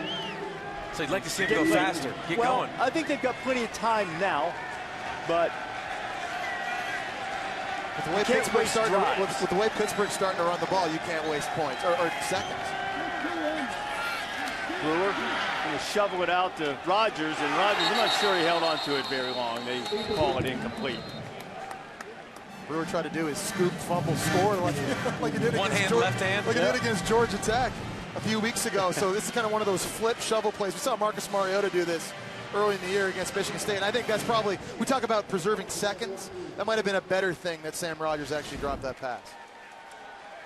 Just over 6 minutes to play here in Heinz Field. Virginia Tech trying to avoid its third loss of the season. Pittsburgh trying to stop a 3-game losing streak. And for the Hokies, this would be their second conference loss in the ACC Coastal. Only Virginia remains unblemished in conference play. Brewer getting heat, steps away from it, wanting to make a play down the field, and does. Isaiah Ford with the catch right at the Pittsburgh 40-yard line. They'll mark him down at the 39. And it's man coverage in the back end, but great job buying time by Michael Brewer and then finding Isaiah Ford over the middle. He's got to do that. These routes have to develop when you throw the ball deep, and he's done a good job buying time. Ford's a good-looking receiver, too. Brewer underneath to Caleb. Caleb inside the 25 of Pittsburgh. You know, going back to that last play, David, we've seen Brewer escape oftentimes. That's one of the best parts, I think, of his game. He's not going to Tyrod Taylor you and take off for 80 yards and score, but he can make the first guy miss and keep plays alive.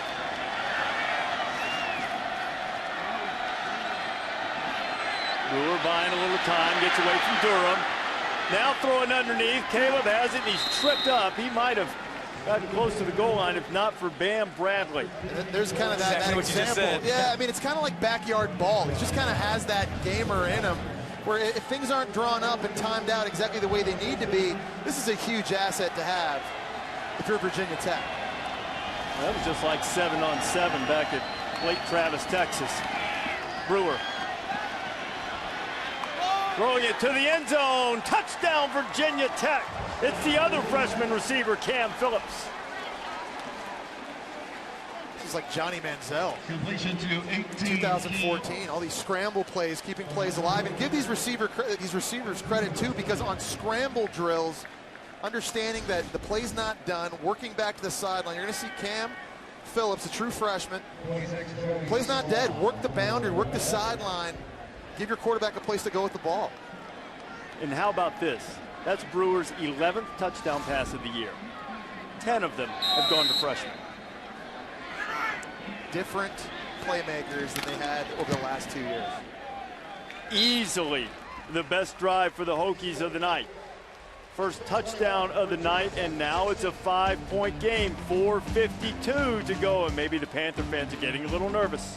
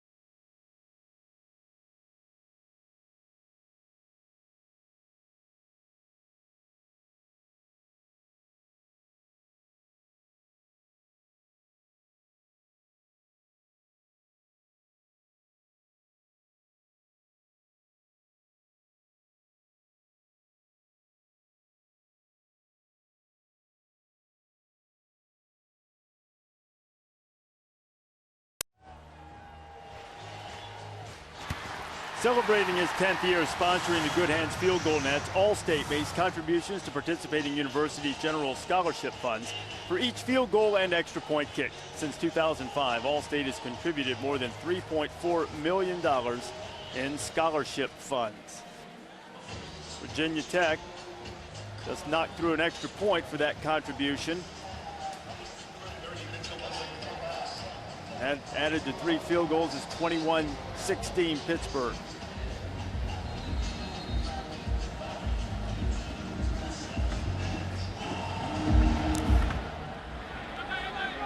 Kickoff is going to come down to Maddox short of the goal line.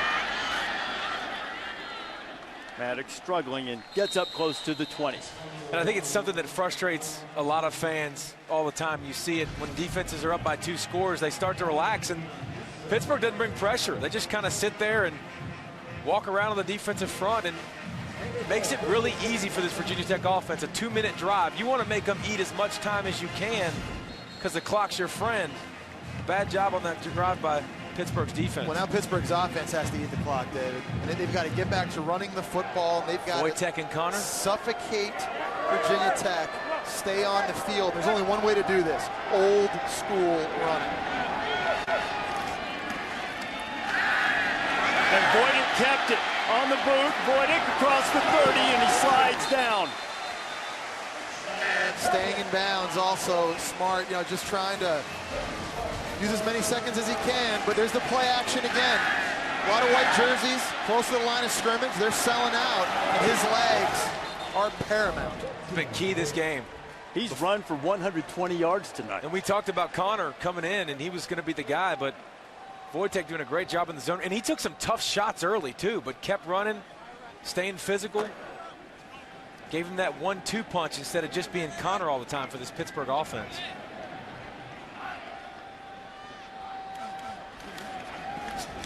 This time they'll go to Connor and hit in the backfield. Corey Marshall making the play. Wojtek has more running yards than passing yards tonight. We knew he'd be important running. Don't know if we knew he'd be this good. Well, against this style of defense, you thought from an X's and O's standpoint, it could be big. Both designed, but it's also been on some scrambles too, on third down, critical plays. Wojtek playing with that injured left hand has been tough. He's been critical. Wojtek has easily outrushed the entire Virginia Tech crew as the rain is starting to fall again. He's run for 7 first downs. This time he can't get away. First guy to get him was Kenny Canham. Kendall Fuller was there shortly thereafter. So now, as we head down toward the 3-minute mark and the rain falling in Pittsburgh, Panthers face a really big third down. Pivotal play in this game. And Virginia Tech's already burned 2 timeouts because of confusion. So I think you think about throwing the football here, but I'm running the football, and I'm going to rely on my defense. What do you think, Palmer? You going to throw it on 3rd and 13? Because I'm a quarterback, and this is what I live for. I'm pitching the bean. And so you got Fuller versus 23 Tyler Boyd, the mano-a-mano matchup we've talked about all game long in the slot. Hey, he tried to throw the screen to Ibrahim, and they couldn't convert it. Paul Chris told us yesterday the Panthers have struggled in the screen game. And they don't complete that one, so Virginia Tech is going to get it back. 2:42 remaining to play. That was as if Pitt had an extra, Virginia Tech had an extra timeout because the clock stops. That's why I run it. That's perfect situation now for Virginia Tech getting the football back. And if you're Pittsburgh on defense, to David's point a little bit earlier, you now want to think about continuing to dial up the pressure and staying aggressive on this next possession. Clark's going to drive Stroman inside his 25, looking for running room, and he's tripped up as he crosses the 30-yard line. Bam Bradley on the stop. So Virginia Tech will have it back. 2.5 minutes to play here at Heinz Field, trying to pull one out on the road. Saturday Night Football, 8 o'clock Eastern time, a top 5 showdown in Tallahassee. Everett Golson and the Irish going in against Jameis Winston and the Seminoles. You can see it on ABC and on Watch ESPN. College Game Day will be there for the entire weekend extravaganza. The Irish and Seminoles get together for another huge one. We've got a finish perhaps coming in the Steel City. 2.5 to go. Virginia Tech trailing by 5. Brewer has it batted into the air, and then he catches it himself, and he's going to make it a positive play.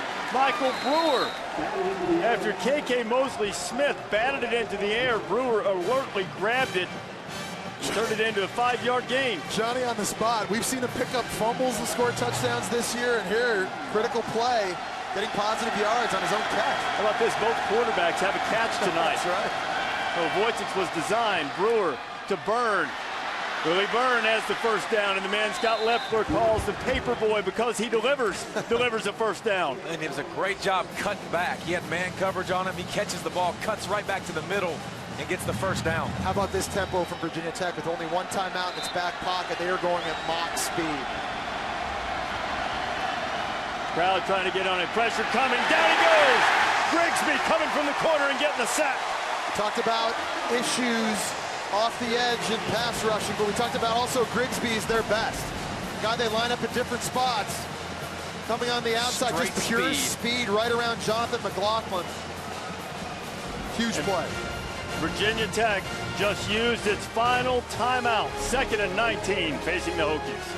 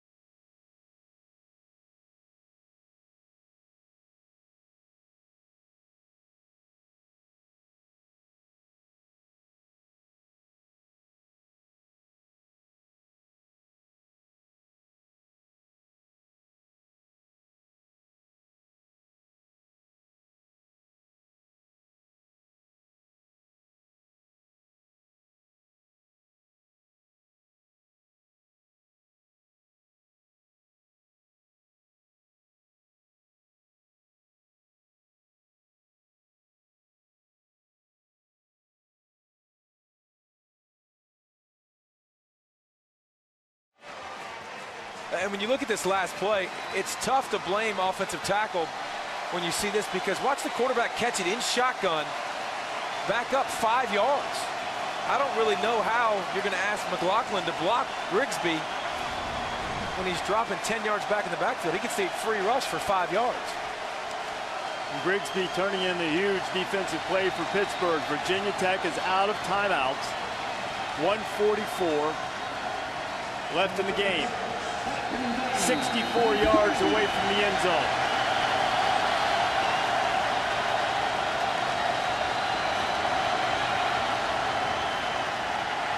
Brewer gets rid of it. Incomplete. He tried to get it to Bucky Hodges, 3rd and 20. This is kind of Pittsburgh's bread and butter on defense. It's been this way for a while. This kind of bend, don't break, keep everything right in front of you.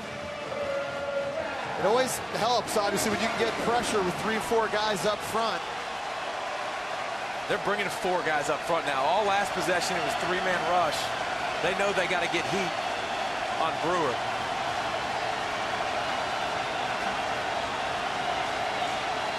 Grigsby's at the top of your screen, standing up, and here he comes.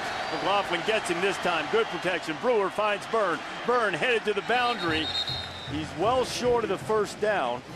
Reggie Mitchell getting him, so there's going to be a 4th down coming. They're going to need, let's see where they mark. I think they're going to need 11 yards for the first down. But that was huge, just to get a lot of that yardage back to make this more convertible. Now, one thing, one route they've had success with tonight, and that Michael Brewer throws really well, is those in-breaking routes. Remember, they hit Isaiah Ford on some in-breaking routes earlier in the game. He's lined up at the top of the screen.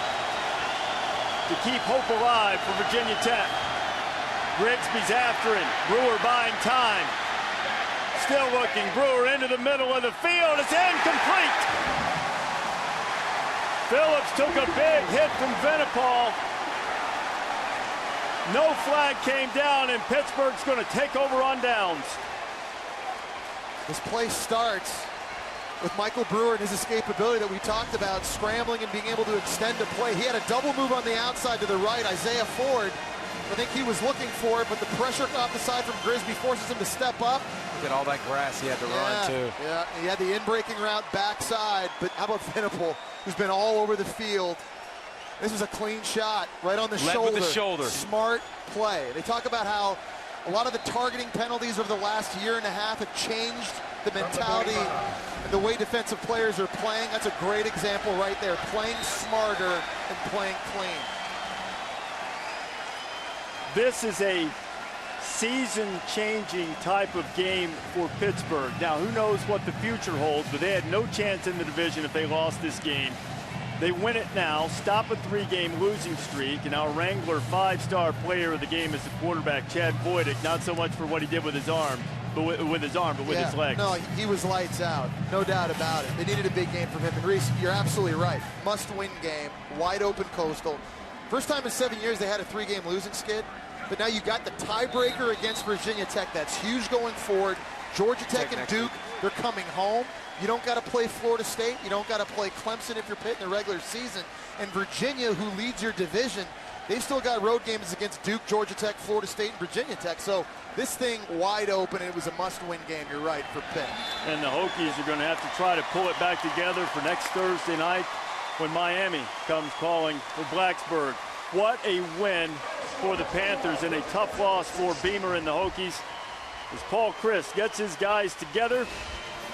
At 3-0 start, it turned into a 3-3 record, and now they are 4-3 and 2-1 in the ACC Coastal as James Conner celebrating a victorious night for the Panthers. 21-16, our final score for our entire ESPN Thursday night crew. I'm Reese Davis, saying so long from the Steel City on a night when Brewer was valiant, but Wojtek was just a little bit better, as they say hail to Pitt here, and we say hello to SportsCenter.